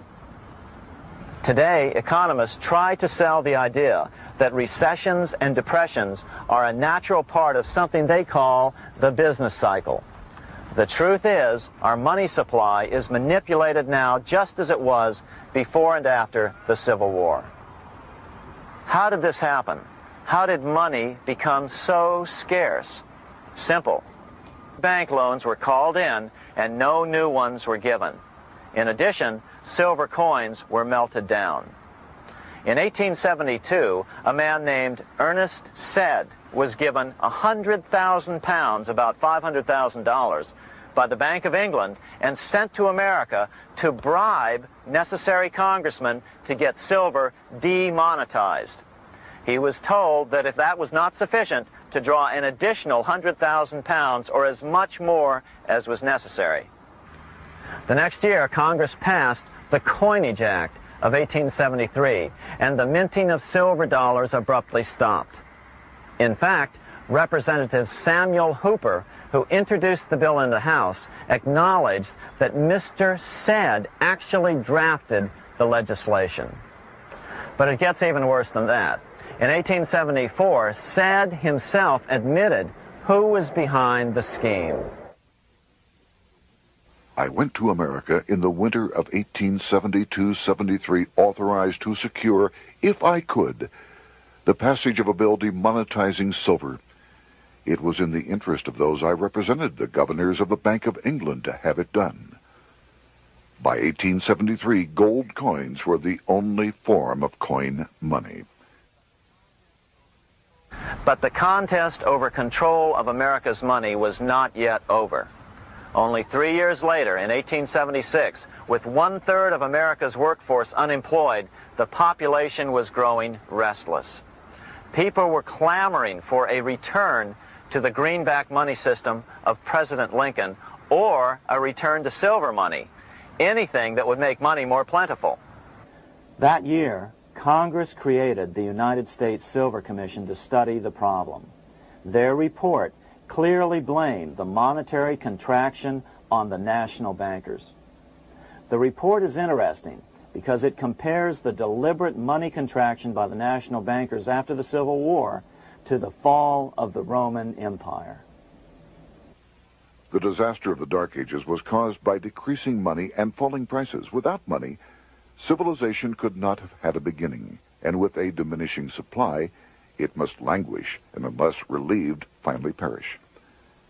At the Christian era, the metallic money of the Roman Empire amounted to $1,800,000,000. By the end of the 15th century, it had shrunk to less than $200 million. History records no other such disastrous transition as that from the Roman Empire to the Dark Ages.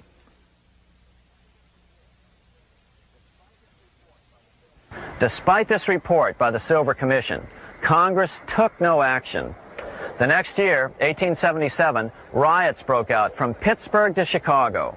The torches of starving vandals lit up the sky. The bankers huddled to decide what to do. They decided to hang on. Now that they were back in control to a certain extent, they were not about to give it up. At the meeting of the American Bankers Association that year, they urged their membership to do everything in their power to put down the notion of a return to greenbacks. The ABA Secretary, James Buell, authored a letter to the members which blatantly called on the banks to subvert not only Congress, but the press. It is advisable to do all in your power to sustain such prominent daily and weekly newspapers, especially the agricultural and religious press, as will oppose the greenback issue of paper money, and that you will also withhold patronage from all applicants who are not willing to oppose the government issue of money. To repeal the act creating banknotes or to restore to circulation the government issue of money will be to provide the people with money and will therefore seriously affect our individual profits as bankers and lenders. See your congressman at once and engage him to support our interest that we may control legislation. As political pressure mounted in Congress for change, the press tried to turn the American people away from the truth. The New York Tribune put it this way on January 10th, 1878. "The capital of the country is organized at last, and we will see whether Congress will dare to fly in its face." But it didn't work entirely. On February 28, 1878, Congress passed the Sherman Law, allowing the minting of a limited number of silver dollars, ending the 5-year hiatus. This did not end gold backing of the currency, however, nor did it completely free silver. Previous to 1873, anyone who brought silver to the U.S. Mint could have it struck into silver dollars free of charge. No longer. But at least some money began to flow back into the economy again. With no further threat to their control, the bankers loosened up on loans, and the post-Civil War depression was finally ended. 3 years later, the American people elected Republican James Garfield president. Garfield understood how the economy was being manipulated. As a congressman, he had been chairman of the Appropriations Committee and was a member of Banking and Currency. After his inauguration, he slammed the money changers publicly in 1881. Whoever controls the volume of money in any country is absolute master of all industry and commerce. And when you realize that the entire system is very easily controlled, one way or another, by a few powerful men at the top, you will not have to be told how periods of inflation and depression originate. Unfortunately, within a few weeks of making this statement, on July 2nd of 1881, President Garfield was assassinated.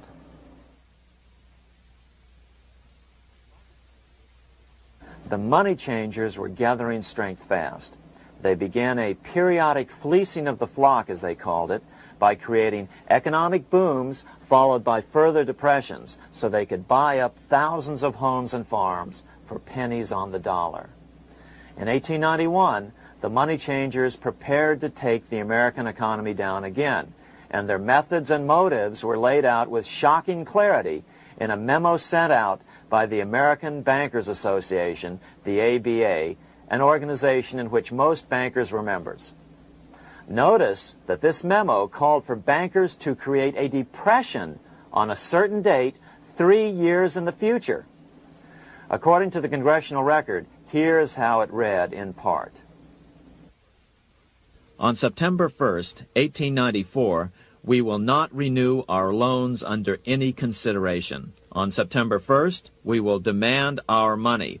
We will foreclose and become mortgagees in possession. We can take 2/3 of the farms west of the Mississippi and thousands of them east of the Mississippi as well at our price. Then the farmers will become tenants, as in England. These depressions could be controlled because America was on the gold money standard. Since gold is scarce, it's one of the easiest commodities to manipulate. People wanted silver money legalized again so they could escape the stranglehold the money changers had on gold money. People wanted silver money reinstated, reversing Mr. Said's Act of 1873, by then called the Crime of 73. By 1896, the issue of more silver money had become the central issue in the presidential campaign. William Jennings Bryan, a senator from Nebraska, ran for president as a Democrat on the free silver issue. At the Democratic National Convention in Chicago, he made an emotional speech which won him the nomination entitled Crown of Thorns and Cross of Gold. Though Bryan was only 36 years old at the time, this speech is widely regarded as the most famous oration ever made before a political convention. In the dramatic conclusion, Bryan said, "We will answer their demand for a gold standard by saying to them, you shall not press down upon the brow of labor this crown of thorns. You shall not crucify mankind upon a cross of gold." The bankers lavishly supported the Republican candidate, William McKinley, who favored the gold standard. The resulting contest was amongst the most fiercely contested presidential races in American history.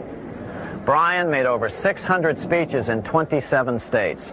The McKinley campaign got manufacturers and industrialists to inform their employees that if Bryan were elected, all factories and plants would close and there would be no work. The ruse succeeded. McKinley beat Bryan by a small margin. Bryan ran for president again in 1900 and in 1908, but fell short each time. During the 1912 Democratic Convention, Bryan was a powerful figure who helped Woodrow Wilson win the nomination. When Wilson became president, he appointed Bryan as Secretary of State, but Bryan soon became disenchanted with the Wilson administration.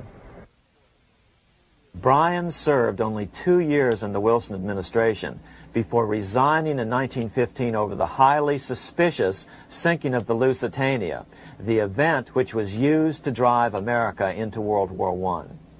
Although William Jennings Bryan never gained the presidency, his efforts delayed the money changers for 17 years from attaining their next goal, a new, privately owned central bank for America.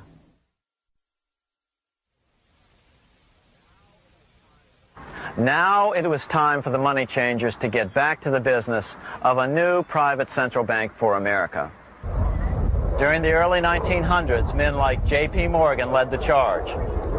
One final panic would be necessary to focus the nation's attention on the supposed need for a central bank. The rationale was that only a central bank can prevent bank failures. Morgan was clearly the most powerful banker in America and a suspected agent for the Rothschilds. Morgan had helped finance John D. Rockefeller's Standard Oil empire.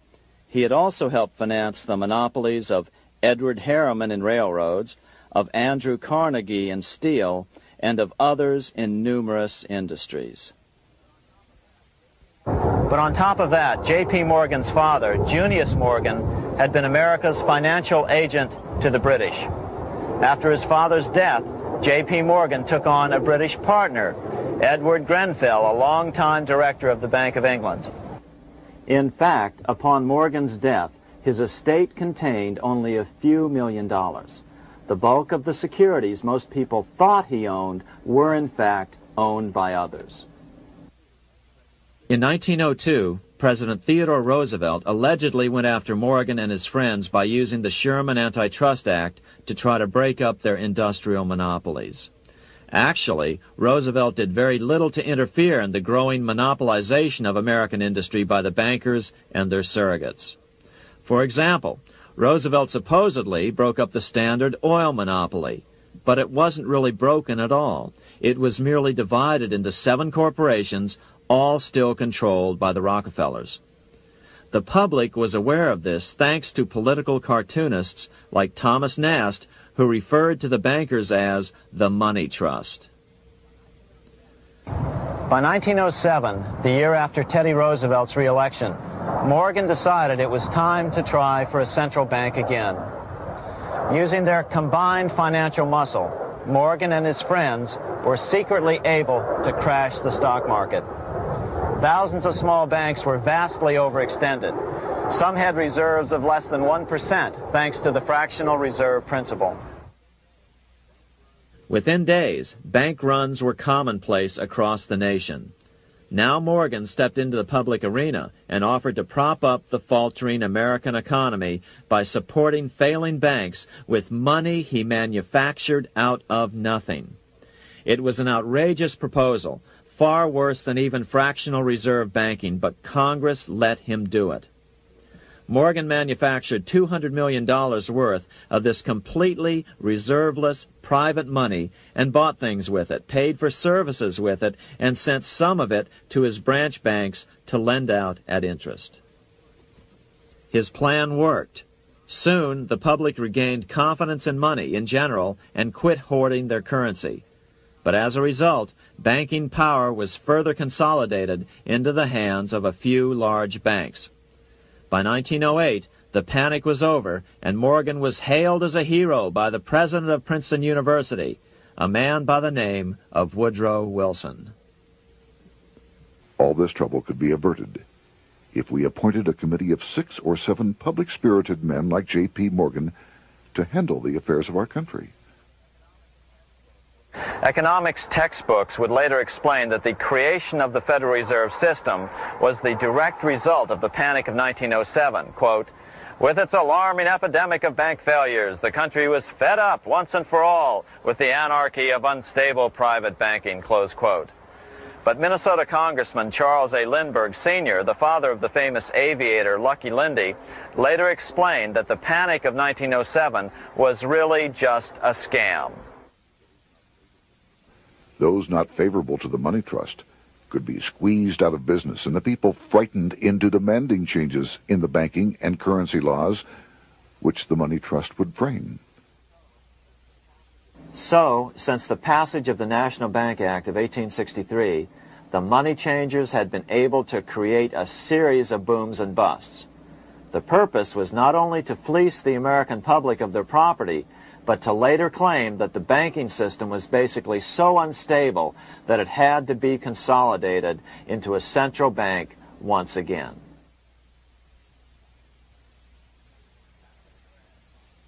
After the crash, Teddy Roosevelt, in response to the Panic of 1907, signed into law a bill creating something called the National Monetary Commission. The commission was to study the banking problem and make recommendations to Congress. Of course, the commission was packed with Morgan's friends and cronies. The chairman was a man named Senator Nelson Aldrich from Rhode Island. Aldrich represented the Newport, Rhode Island homes of America's richest banking families. His daughter married John D. Rockefeller, Jr., and together they had 5 sons: John, Nelson, who would become vice president in 1974, Lawrence, Winthrop, and David, the head of the Council on Foreign Relations and former chairman of Chase Manhattan Bank. As soon as the National Monetary Commission was set up, Senator Aldrich immediately embarked on a 2-year tour of Europe, where he consulted at length with the private central bankers in England, France, and Germany. The total cost of his trip alone to the taxpayers was $300,000, an astronomical sum in those days. Shortly after his return, on the evening of November 22, 1910, some of the wealthiest and most powerful men in America boarded Senator Aldrich's private rail car and in the strictest secrecy journeyed to this place, Jekyll Island, off the coast of Georgia. With the group came Paul Warburg. Warburg had been given a $500,000 per year salary to lobby for the passage of a privately owned central bank in America by the investment firm Kuhn, Loeb and Company. Warburg's partner in this firm was a man named Jacob Schiff, the grandson of the man who shared the Greenshield house with the Rothschild family in Frankfurt. Schiff, as we'll find out later, was in the process of spending $20 million to finance the overthrow of the Tsar in Russia. These three European banking families, the Rothschilds, the Warburgs, and the Schiffs, were interconnected by marriage down through the years, just as their American banking counterparts, the Morgans, Rockefellers, and Aldriches were. Secrecy was so tight that all 7 primary participants were cautioned to use only first names to prevent servants from learning their identities. Years later, one participant, Frank Vanderlip, president of National City Bank of New York and a representative of the Rockefeller family, confirmed the Jekyll Island trip in a February 9, 1935 edition of the Saturday Evening Post. I was as secretive, indeed as furtive as any conspirator. Discovery, we knew, simply must not happen, or else all our time and effort would be wasted. If it were to be exposed that our particular group had got together and written a banking bill, that bill would have no chance whatever of passage by Congress. The participants came here to figure out how to solve their major problem, how to bring back a privately owned central bank. But there were other problems that needed to be addressed as well. First of all, the market share of the big national banks was shrinking fast. In the first 10 years of the century, the number of U.S. banks had more than doubled to over 20,000. By 1913, only 29% of all banks were national banks, and they held only 57% of all deposits. As Senator Aldrich later admitted in a magazine article, before passage of this act, the New York bankers could only dominate the reserves of New York. Now, we are able to dominate the bank reserves of the entire country. Therefore, something had to be done to bring these new banks under their control. As John D. Rockefeller put it, quote, "Competition is sin," close quote. Secondly, the nation's economy was so strong that corporations were starting to finance their expansions out of profits instead of taking out huge loans from large banks. In the first 10 years of the new century, 70% of corporate funding came from profits. In other words, American industry was becoming independent of the money changers, and that trend had to be stopped. All the participants knew that these problems could be hammered out into a workable solution, but perhaps their biggest problem was a public relations problem, the name of the new bank. That discussion took place right here in this room, one of the many conference rooms in this sprawling hotel, today known as the Jekyll Island Club Hotel. Aldrich believed that the word bank should not even appear in the name. Warburg wanted to call the legislation the National Reserve Bill or the Federal Reserve Bill. The idea here was to give the impression that the purpose of the new central bank was to stop bank runs, but also to conceal its monopoly character. However, it was Aldrich, the egotistical politician, who insisted it be called the Aldrich Bill.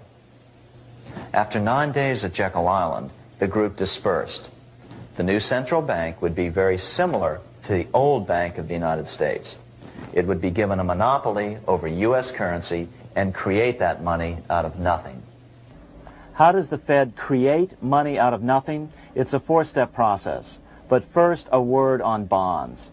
Bonds are simply promises to pay, or government IOUs. People buy bonds to get a secure rate of interest. At the end of the term of the bond, the government repays the bond plus interest, and the bond is destroyed.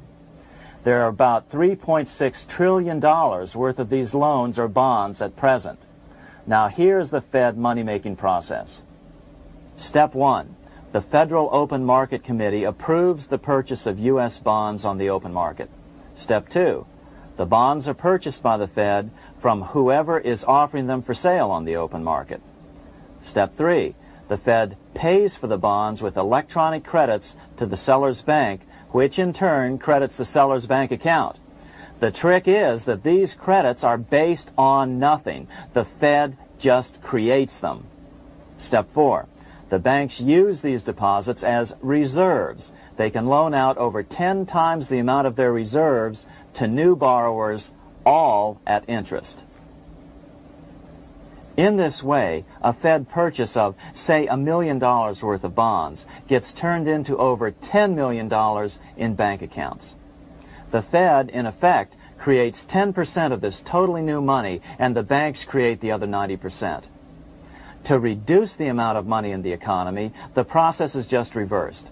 The Fed sells bonds to the public, and the money flows out of the purchaser's local bank. Loans must be reduced by 10 times the amount of the sale. So, a Fed sale of $1 million in bonds results in $10 million less money in the economy.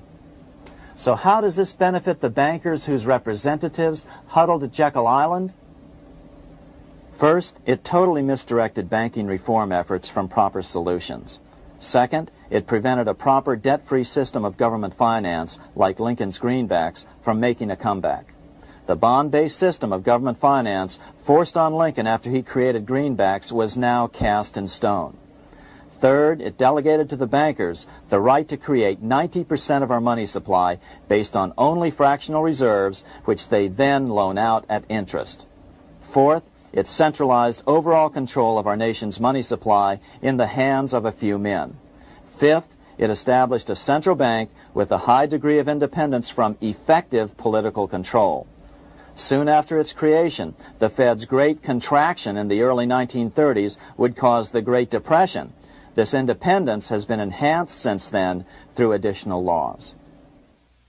In order to fool the public into thinking the government retained control, the plan called for the Fed to be run by a board of governors appointed by the President and approved by the Senate. But all the bankers had to do was to be sure their men got appointed to the board of governors. That wasn't hard. Bankers have money, and money buys influence over politicians. Once the participants left Jekyll Island, the public relations blitz was on. The big New York banks put together an educational fund of $5 million to finance professors at respected universities to endorse the new bank. Woodrow Wilson at Princeton was one of the first to jump on the bandwagon. But the bankers' subterfuge didn't work. The Aldrich Bill was quickly identified as the bankers' bill, a bill to benefit only what became known as the money trust. As Congressman Lindbergh put it during the congressional debate, the Aldrich Plan is the Wall Street Plan. It means another panic, if necessary, to intimidate the people. Aldrich, paid by the government to represent the people, proposes a plan for the trusts instead. Seeing they didn't have the votes to win in Congress, the Republican leadership never brought the Aldrich bill to a vote. The bankers quietly decided to move to track 2, the Democratic alternative. They began financing Woodrow Wilson as the Democratic nominee. As respected historian James Perloff put it, Wall Street financier Bernard Baruch was put in charge of Wilson's education. Baruch brought Wilson to the Democratic Party headquarters in New York in 1912, leading him like one would a poodle on a string. Wilson received an indoctrination course from the leaders convened there. So now the stage was set. The money changers were poised to install their privately owned central bank once again. The damage President Andrew Jackson had done 76 years earlier had been only partly repaired with the passage of the National Bank Act during the Civil War. Since then, the battle had raged on across the decades. The Jacksonians became the greenbackers, who became the hardcore supporters of William Jennings Bryan. With Bryan leading the charge, these opponents of the money changers, ignorant of Baruch's tutelage, now threw themselves behind Democrat Woodrow Wilson. They and Bryan would soon be betrayed.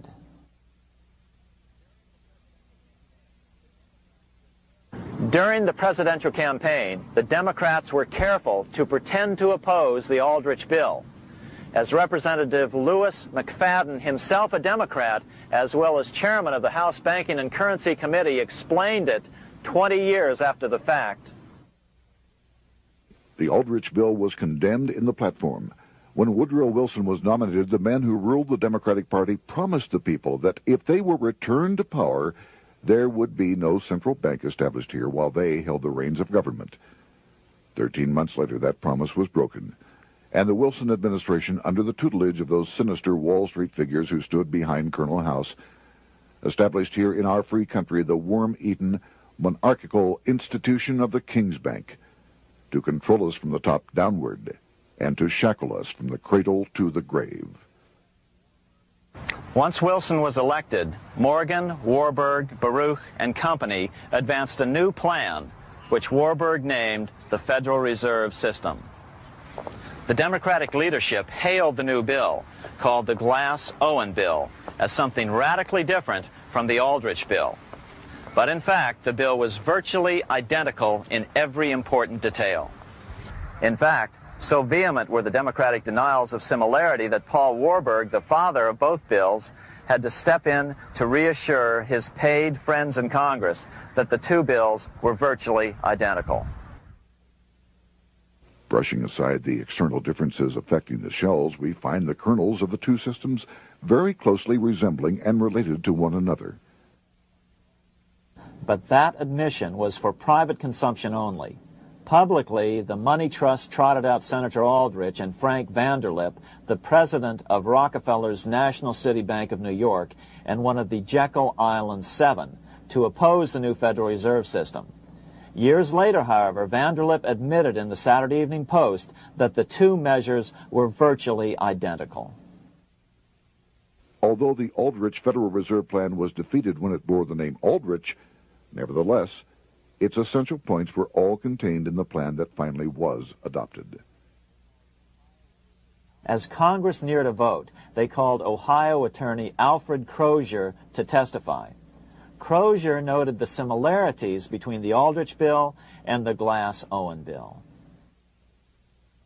The bill grants just what Wall Street and the big banks for 25 years have been striving for: private instead of public control of currency.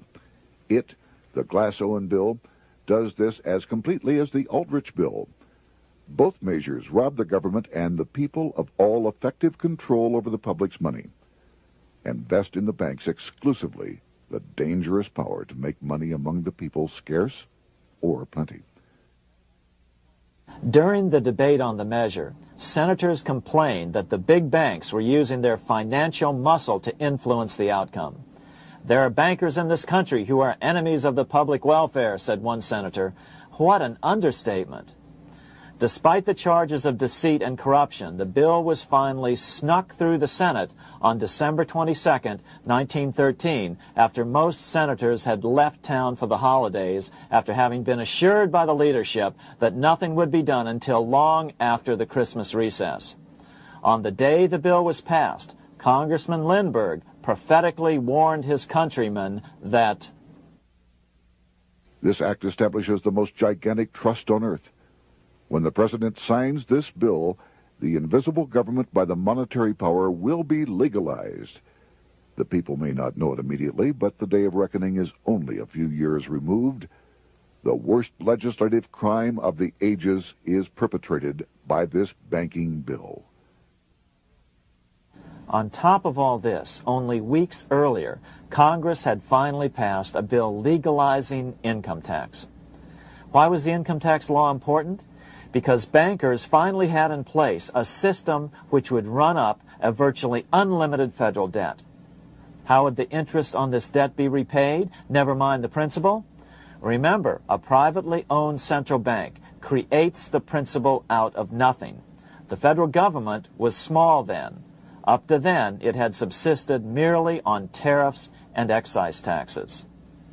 No, just as with the Bank of England, the interest payments had to be guaranteed by direct taxation of the people.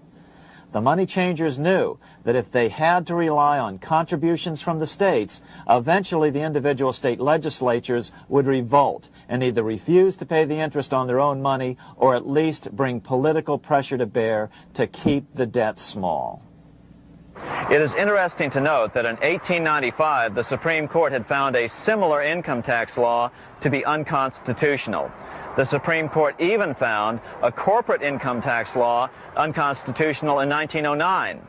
As a result, Senator Aldrich hustled a bill for a constitutional amendment allowing income tax through the Congress. The proposed 16th Amendment to the Constitution was then sent to the state legislatures for approval.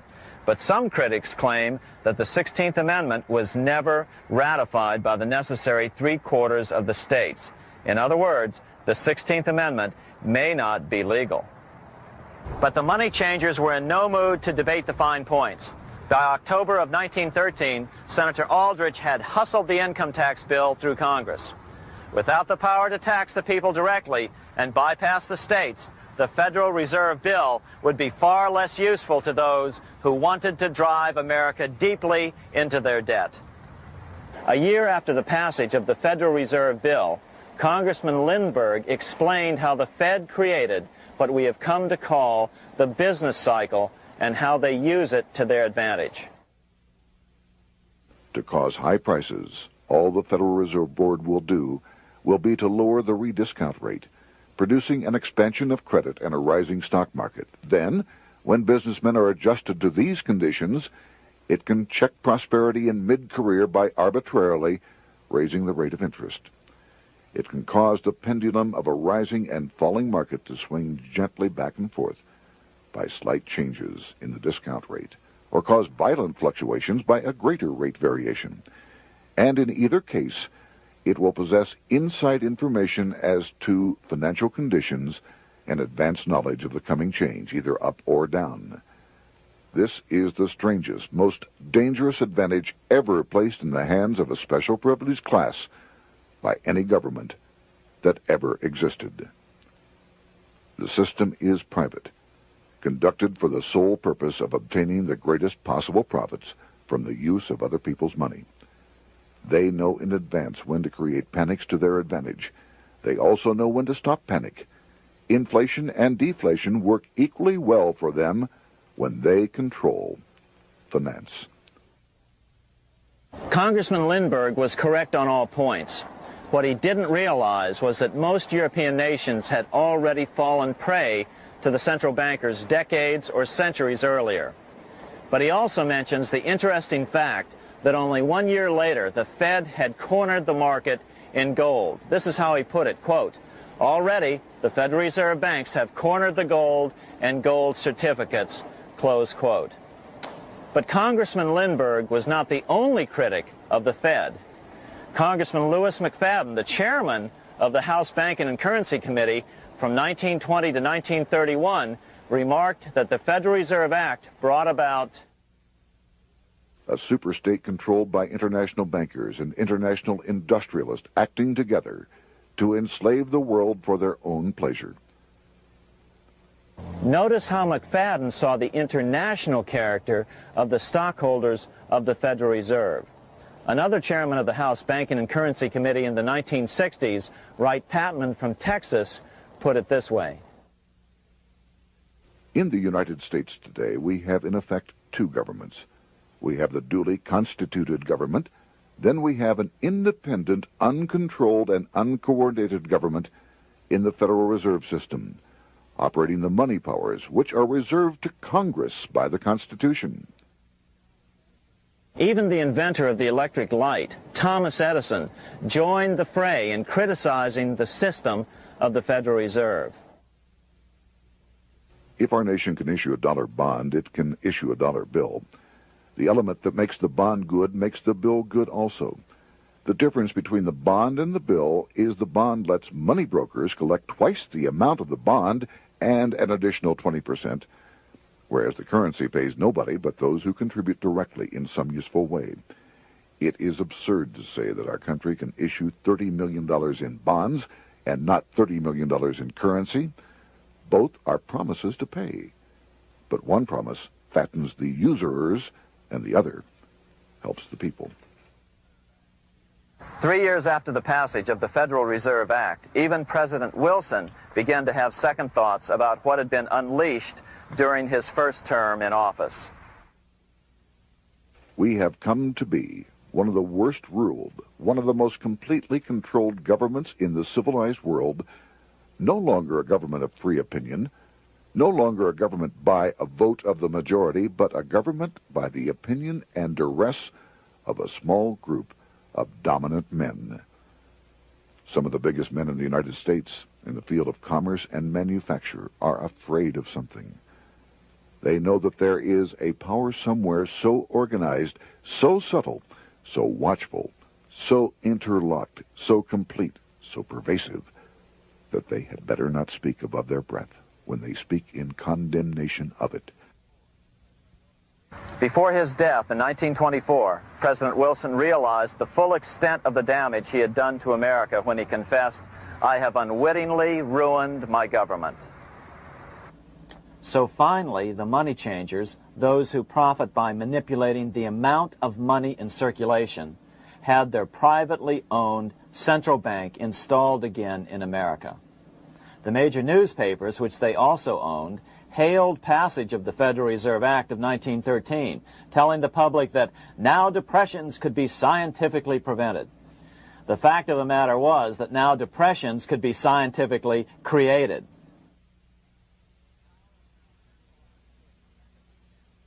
Power was now centralized to a tremendous extent. Now it was time for a war, a really big war. In fact, the First World War. Of course, to the central bankers, the political issues of war don't matter nearly as much as the profit potential, and nothing creates debts like warfare. England was the best example at that time. During the 119-year period between the founding of the Bank of England and Napoleon's defeat at Waterloo, England had been at war for 56 years, and much of the remaining time she'd been preparing for war. In World War I, the German Rothschilds loaned money to the Germans, the British Rothschilds loaned money to the British, and the French Rothschilds loaned money to the French. In America, J.P. Morgan was the sales agent for war materials to both the British and the French. In fact, 6 months into the war, Morgan became the largest consumer on earth, spending $10 million a day. His offices here at 23 Wall Street were mobbed by brokers and salesmen trying to cut a deal. In fact, it got so bad that the bank had to post guards at every door and at the partners' homes as well. Many other New York bankers made out as well from the war. President Wilson appointed Bernard Baruch to head the War Industries Board. According to historian James Perloff, both Baruch and the Rockefellers profited by some $200 million during the war. But profits were not the only motive. There was also revenge. The money changers never forgave the czars for their support of Lincoln during the Civil War. Also, Russia was the last major European nation to refuse to give in to the privately owned central bank scheme. 3 years after World War I broke out, the Russian Revolution toppled the Tsar and installed the scourge of communism. Jacob Schiff of Kuhn Loeb and Company bragged from his deathbed that he had spent $20 million towards the defeat of the Tsar. Money was funneled from England to support the revolution as well. Why would some of the richest men in the world financially back communism, the system that was openly vowing to destroy the so-called capitalism that made them wealthy? Researcher Gary Allen explained it this way. If one understands that socialism is not a share the wealth program, but is, in reality, a method to consolidate and control the wealth, then the seeming paradox of super-rich men promoting socialism becomes no paradox at all. Instead, it becomes logical, even the perfect tool of power-seeking megalomaniacs. Communism, or more accurately socialism, is not a movement of the downtrodden masses, but of the economic elite.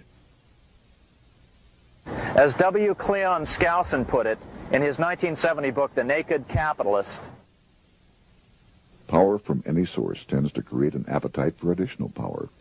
It was almost inevitable that the super-rich would one day aspire to control not only their own wealth, but the wealth of the whole world.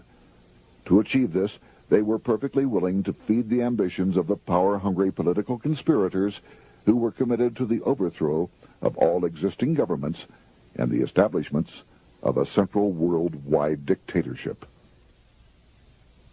but what if these revolutionaries get out of control and try to seize power from the super-rich? After all, it was Mao Zedong who in 1938 stated his position concerning power. Political power grows out of the barrel of a gun. The Wall Street, London axis elected to take the risk. The master planners attempted to control revolutionary communist groups by feeding them vast quantities of money when they obeyed and contracting their money supply or even financing their opposition if they got out of control. Lenin began to understand that although he was the absolute dictator of the new Soviet Union, he was not pulling the financial strings. Someone else was silently in control. The state does not function as we desired. The car does not obey. A man is at the wheel and seems to lead it, but the car does not drive in the desired direction. It moves as another force wishes.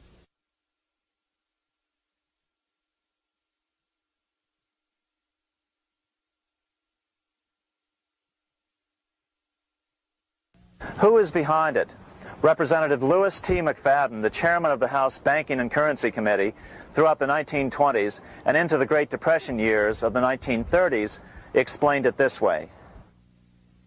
The course of Russian history has indeed been greatly affected by the operations of international bankers. The Soviet government has been given United States Treasury funds by the Federal Reserve Board, acting through the Chase Bank. England has drawn money from us through the Federal Reserve banks and has relent it at high rates of interest to the Soviet government. The Dnipro Dam was built with funds unlawfully taken from the United States Treasury by the corrupt and dishonest Federal Reserve Board and the Federal Reserve banks. In other words, the Fed and the Bank of England, at the behest of the international bankers who controlled them, were creating a monster, one which would fuel 7 decades of unprecedented communist revolution, warfare, and most importantly, debt.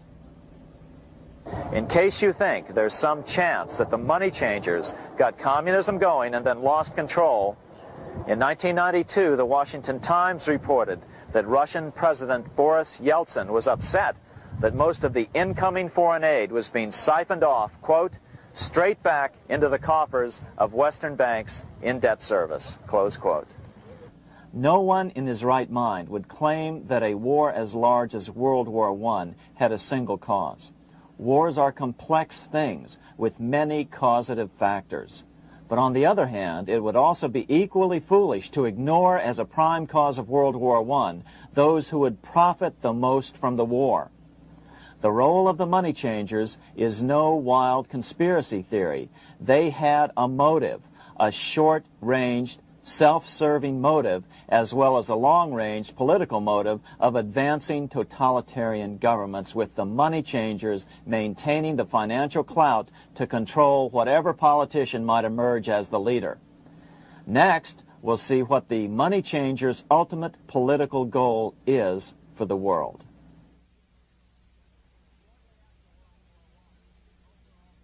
Shortly after World War I, the overall political agenda of the money changers began to be clear.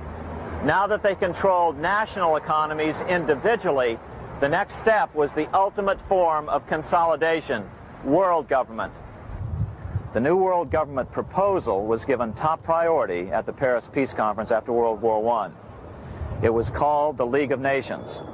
But much to the surprise of Paul Warburg and Bernard Baruch, who attended the peace conference with President Wilson, the world was not yet ready to dissolve national boundaries. Nationalism still beats strong in the human breast. For example, Lord Curzon, the British Foreign Secretary, called the League of Nations a good joke, even though it was the stated policy of the British government to support it. To the humiliation of President Wilson, the U.S. Congress wouldn't ratify the League either, despite the fact that it had been ratified by many other nations. Without money flowing from the U.S. Treasury, the League died. After World War I, the American public had grown tired of the internationalist policies of Democrat Woodrow Wilson. In the presidential election of 1920, Republican Warren Harding won a landslide victory with over 60% of the vote. Harding was an ardent foe of both Bolshevism and the League of Nations. His election, which opened a 12-year run of Republican presidents in the White House, led to an unprecedented era of prosperity known as the Roaring Twenties.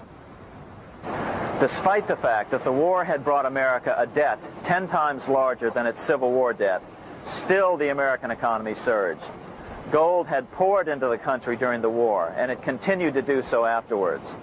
In the early 1920s, the governor of this bank, the Federal Reserve Bank of New York, a man named Benjamin Strong, met frequently with the secretive and eccentric governor of the Bank of England, Montague Norman. Norman was determined to replace the gold England had lost to the U.S. during World War I and return the Bank of England to its former position of dominance in world finance. On top of that, rich with gold, the American economy might get out of control again, just like it had done after the Civil War. During the next 8 years, under the presidencies of Harding and Coolidge, the huge federal debt built up during World War I was cut by 38%, down to $16 billion, the greatest percentage drop in U.S. history. During the election of 1920, Warren Harding and Calvin Coolidge ran against James Cox, the governor of Ohio, and the little-known Franklin D. Roosevelt, who had previously risen to no higher post than President Wilson's Assistant Secretary of the Navy.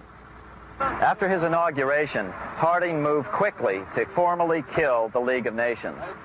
Then he quickly moved to reduce domestic taxes while raising tariffs to record heights.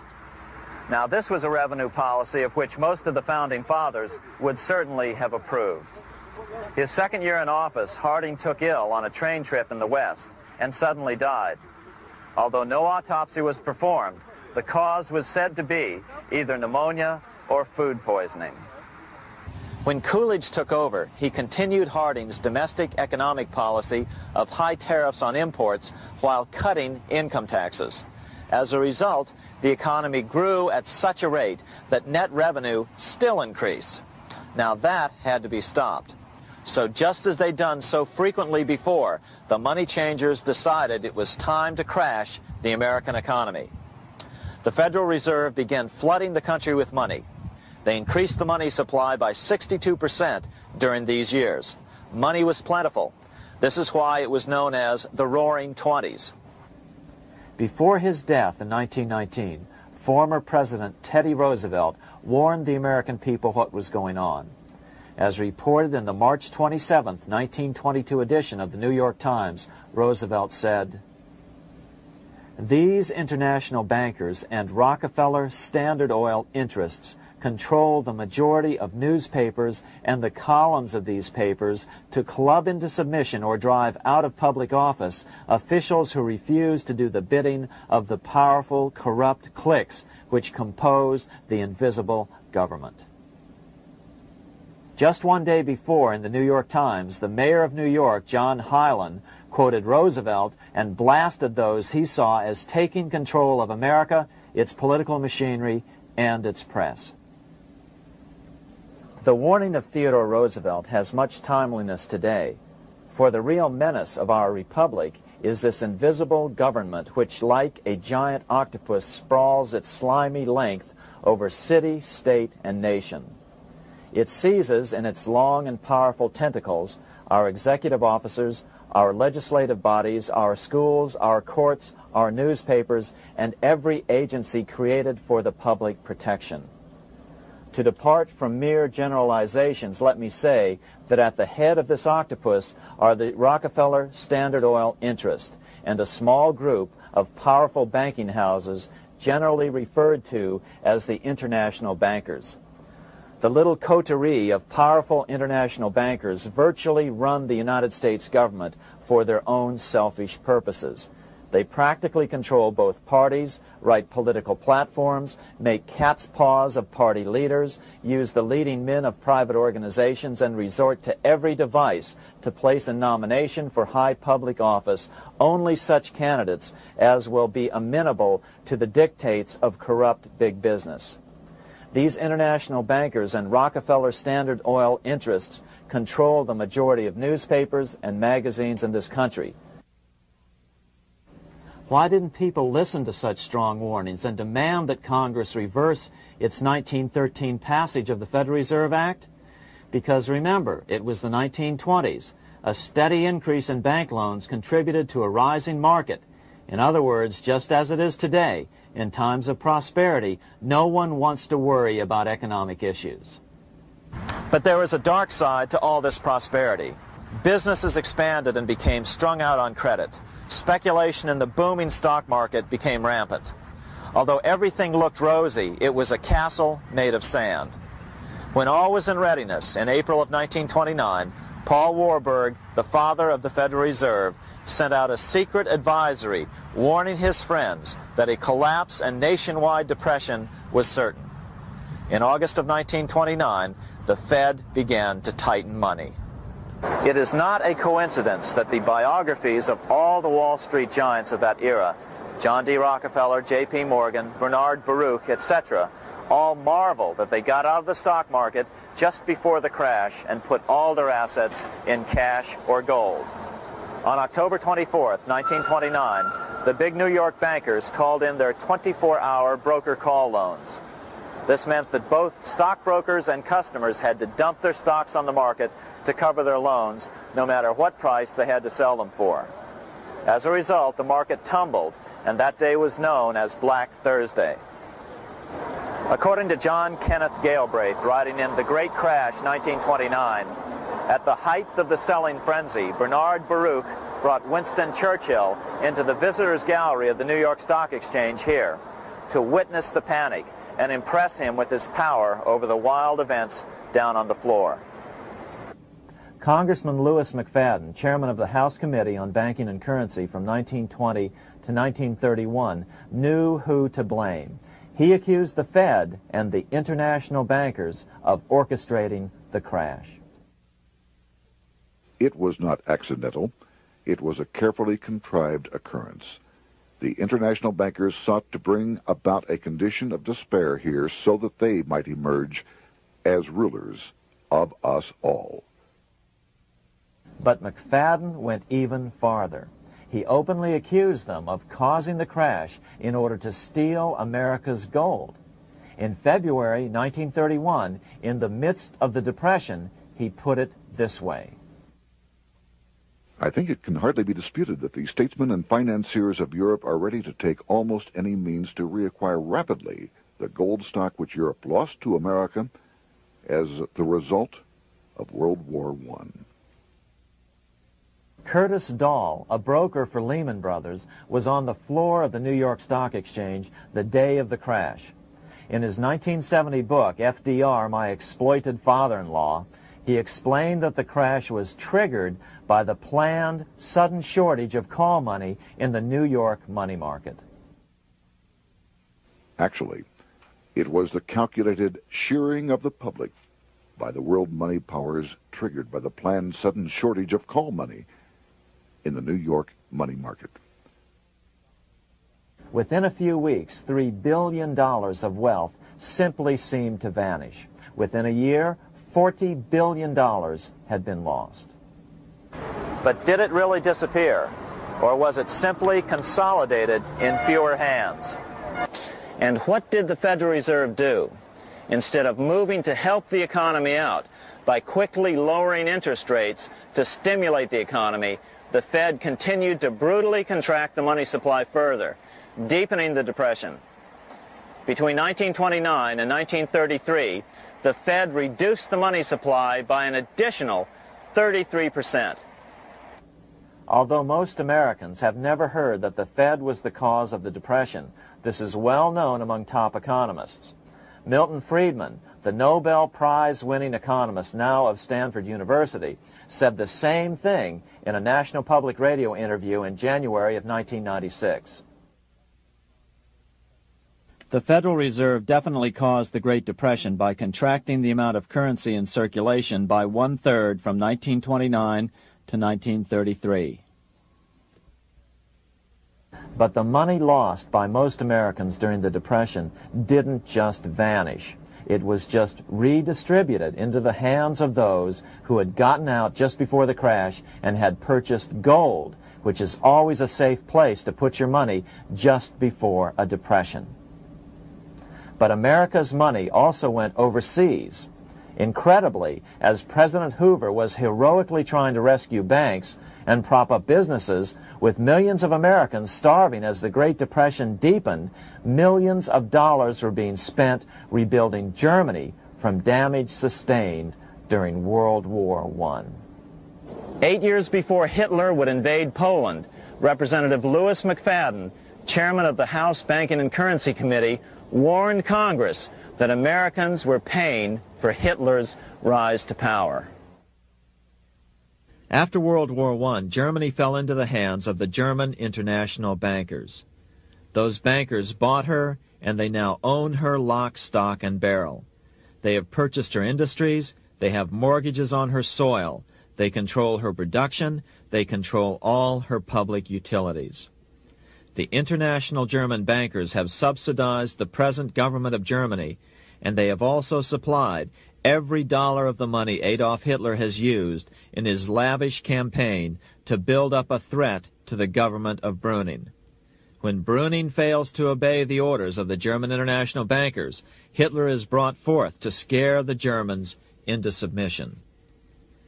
Through the Federal Reserve Board, over $30 billion of American money has been pumped into Germany. You have all heard of the spending that's taken place in Germany. Modernistic dwellings, her great planetariums, her gymnasiums, her swimming pools, her fine public highways, her perfect factories. All this was done on our money. All this was given to Germany through the Federal Reserve Board. The Federal Reserve Board has pumped so many billions of dollars into Germany that they dare not name the total. Franklin D. Roosevelt was swept into office during the 1932 presidential election. Once Roosevelt was in office, however, sweeping emergency banking measures were immediately announced, which did nothing but increase the Fed's power over the money supply. Then, and only then, did the Fed finally begin to loosen the purse strings and feed new money out to the starving American people. At first, Roosevelt railed against the money changers as being the cause of the Depression. Believe it or not, this is what he said on March 4th, 1933, in his inaugural address. Practices of the unscrupulous money changers stand indicted in the court of public opinion, rejected by the hearts and minds of men. The money changers have fled from their high seats in the temple of our civilization. But 2 days later, Roosevelt declared a bank holiday and closed all banks. Later that year, Roosevelt outlawed private ownership of all gold bullion and all gold coins with the exception of rare coins. Most of the gold in the hands of the average American was in the form of gold coins. The new decree was, in effect, a confiscation. Those who didn't comply risk as much as 10 years in prison and a $10,000 fine, the equivalent of $100,000 today. Out in small-town America, some people didn't trust Roosevelt's order. Many were torn between keeping their hard-earned wealth or obeying the government. Those who did turn in their gold were paid the official price for it, $20.66 per ounce. So unpopular was the confiscation order that no one anywhere in government would take credit for authoring it. No congressman claimed it. At the signing ceremony, President Roosevelt made it clear to all present that he was not the author of it and publicly stated that he had not ever read it. Even his Secretary of the Treasury said he'd never read it either, saying it was, quote, what the experts wanted. Roosevelt convinced the public to give up their gold by saying that pooling the nation's resources was necessary to get America out of the Depression. With great fanfare, he ordered a new bullion depository built to hold the mountain of gold the U.S. government was illegally confiscating. By 1936, the U.S. bullion depository at Fort Knox was completed, and in January 1937, the gold began to flow into it. The rip-off of the ages was about to proceed. In 1935, once the gold had all been turned in, the official price of gold was suddenly raised to $35 per ounce. But the catch was, only foreigners could sell their gold at the new higher price. The money changers who had heeded Warburg's note and gotten out of the stock market just before the crash and bought gold at $20.66 per ounce, then shipped it to London, could now bring it back and sell it back to the government, nearly doubling their money while the average American starved. The Fort Knox Bullion Depository sits here in the middle of the Fort Knox Military Reservation, 30 miles southwest of Louisville, Kentucky. This was as close as we were permitted to get to the depository despite years of letters from members of Congress to allow our film crew inside. The 4-acre grounds immediately surrounding the building are guarded by an electrified steel fence, an open moat, and 4 machine-gun-armed guard pillboxes at the structure's corners. When the gold began arriving on January 13, 1937, there was unprecedented security. Thousands of official guests watched the arrival of a 9-car train from Philadelphia, guarded by armed soldiers, postal inspectors, Secret Servicemen, and guards from the U.S. Mint. It was all great theater.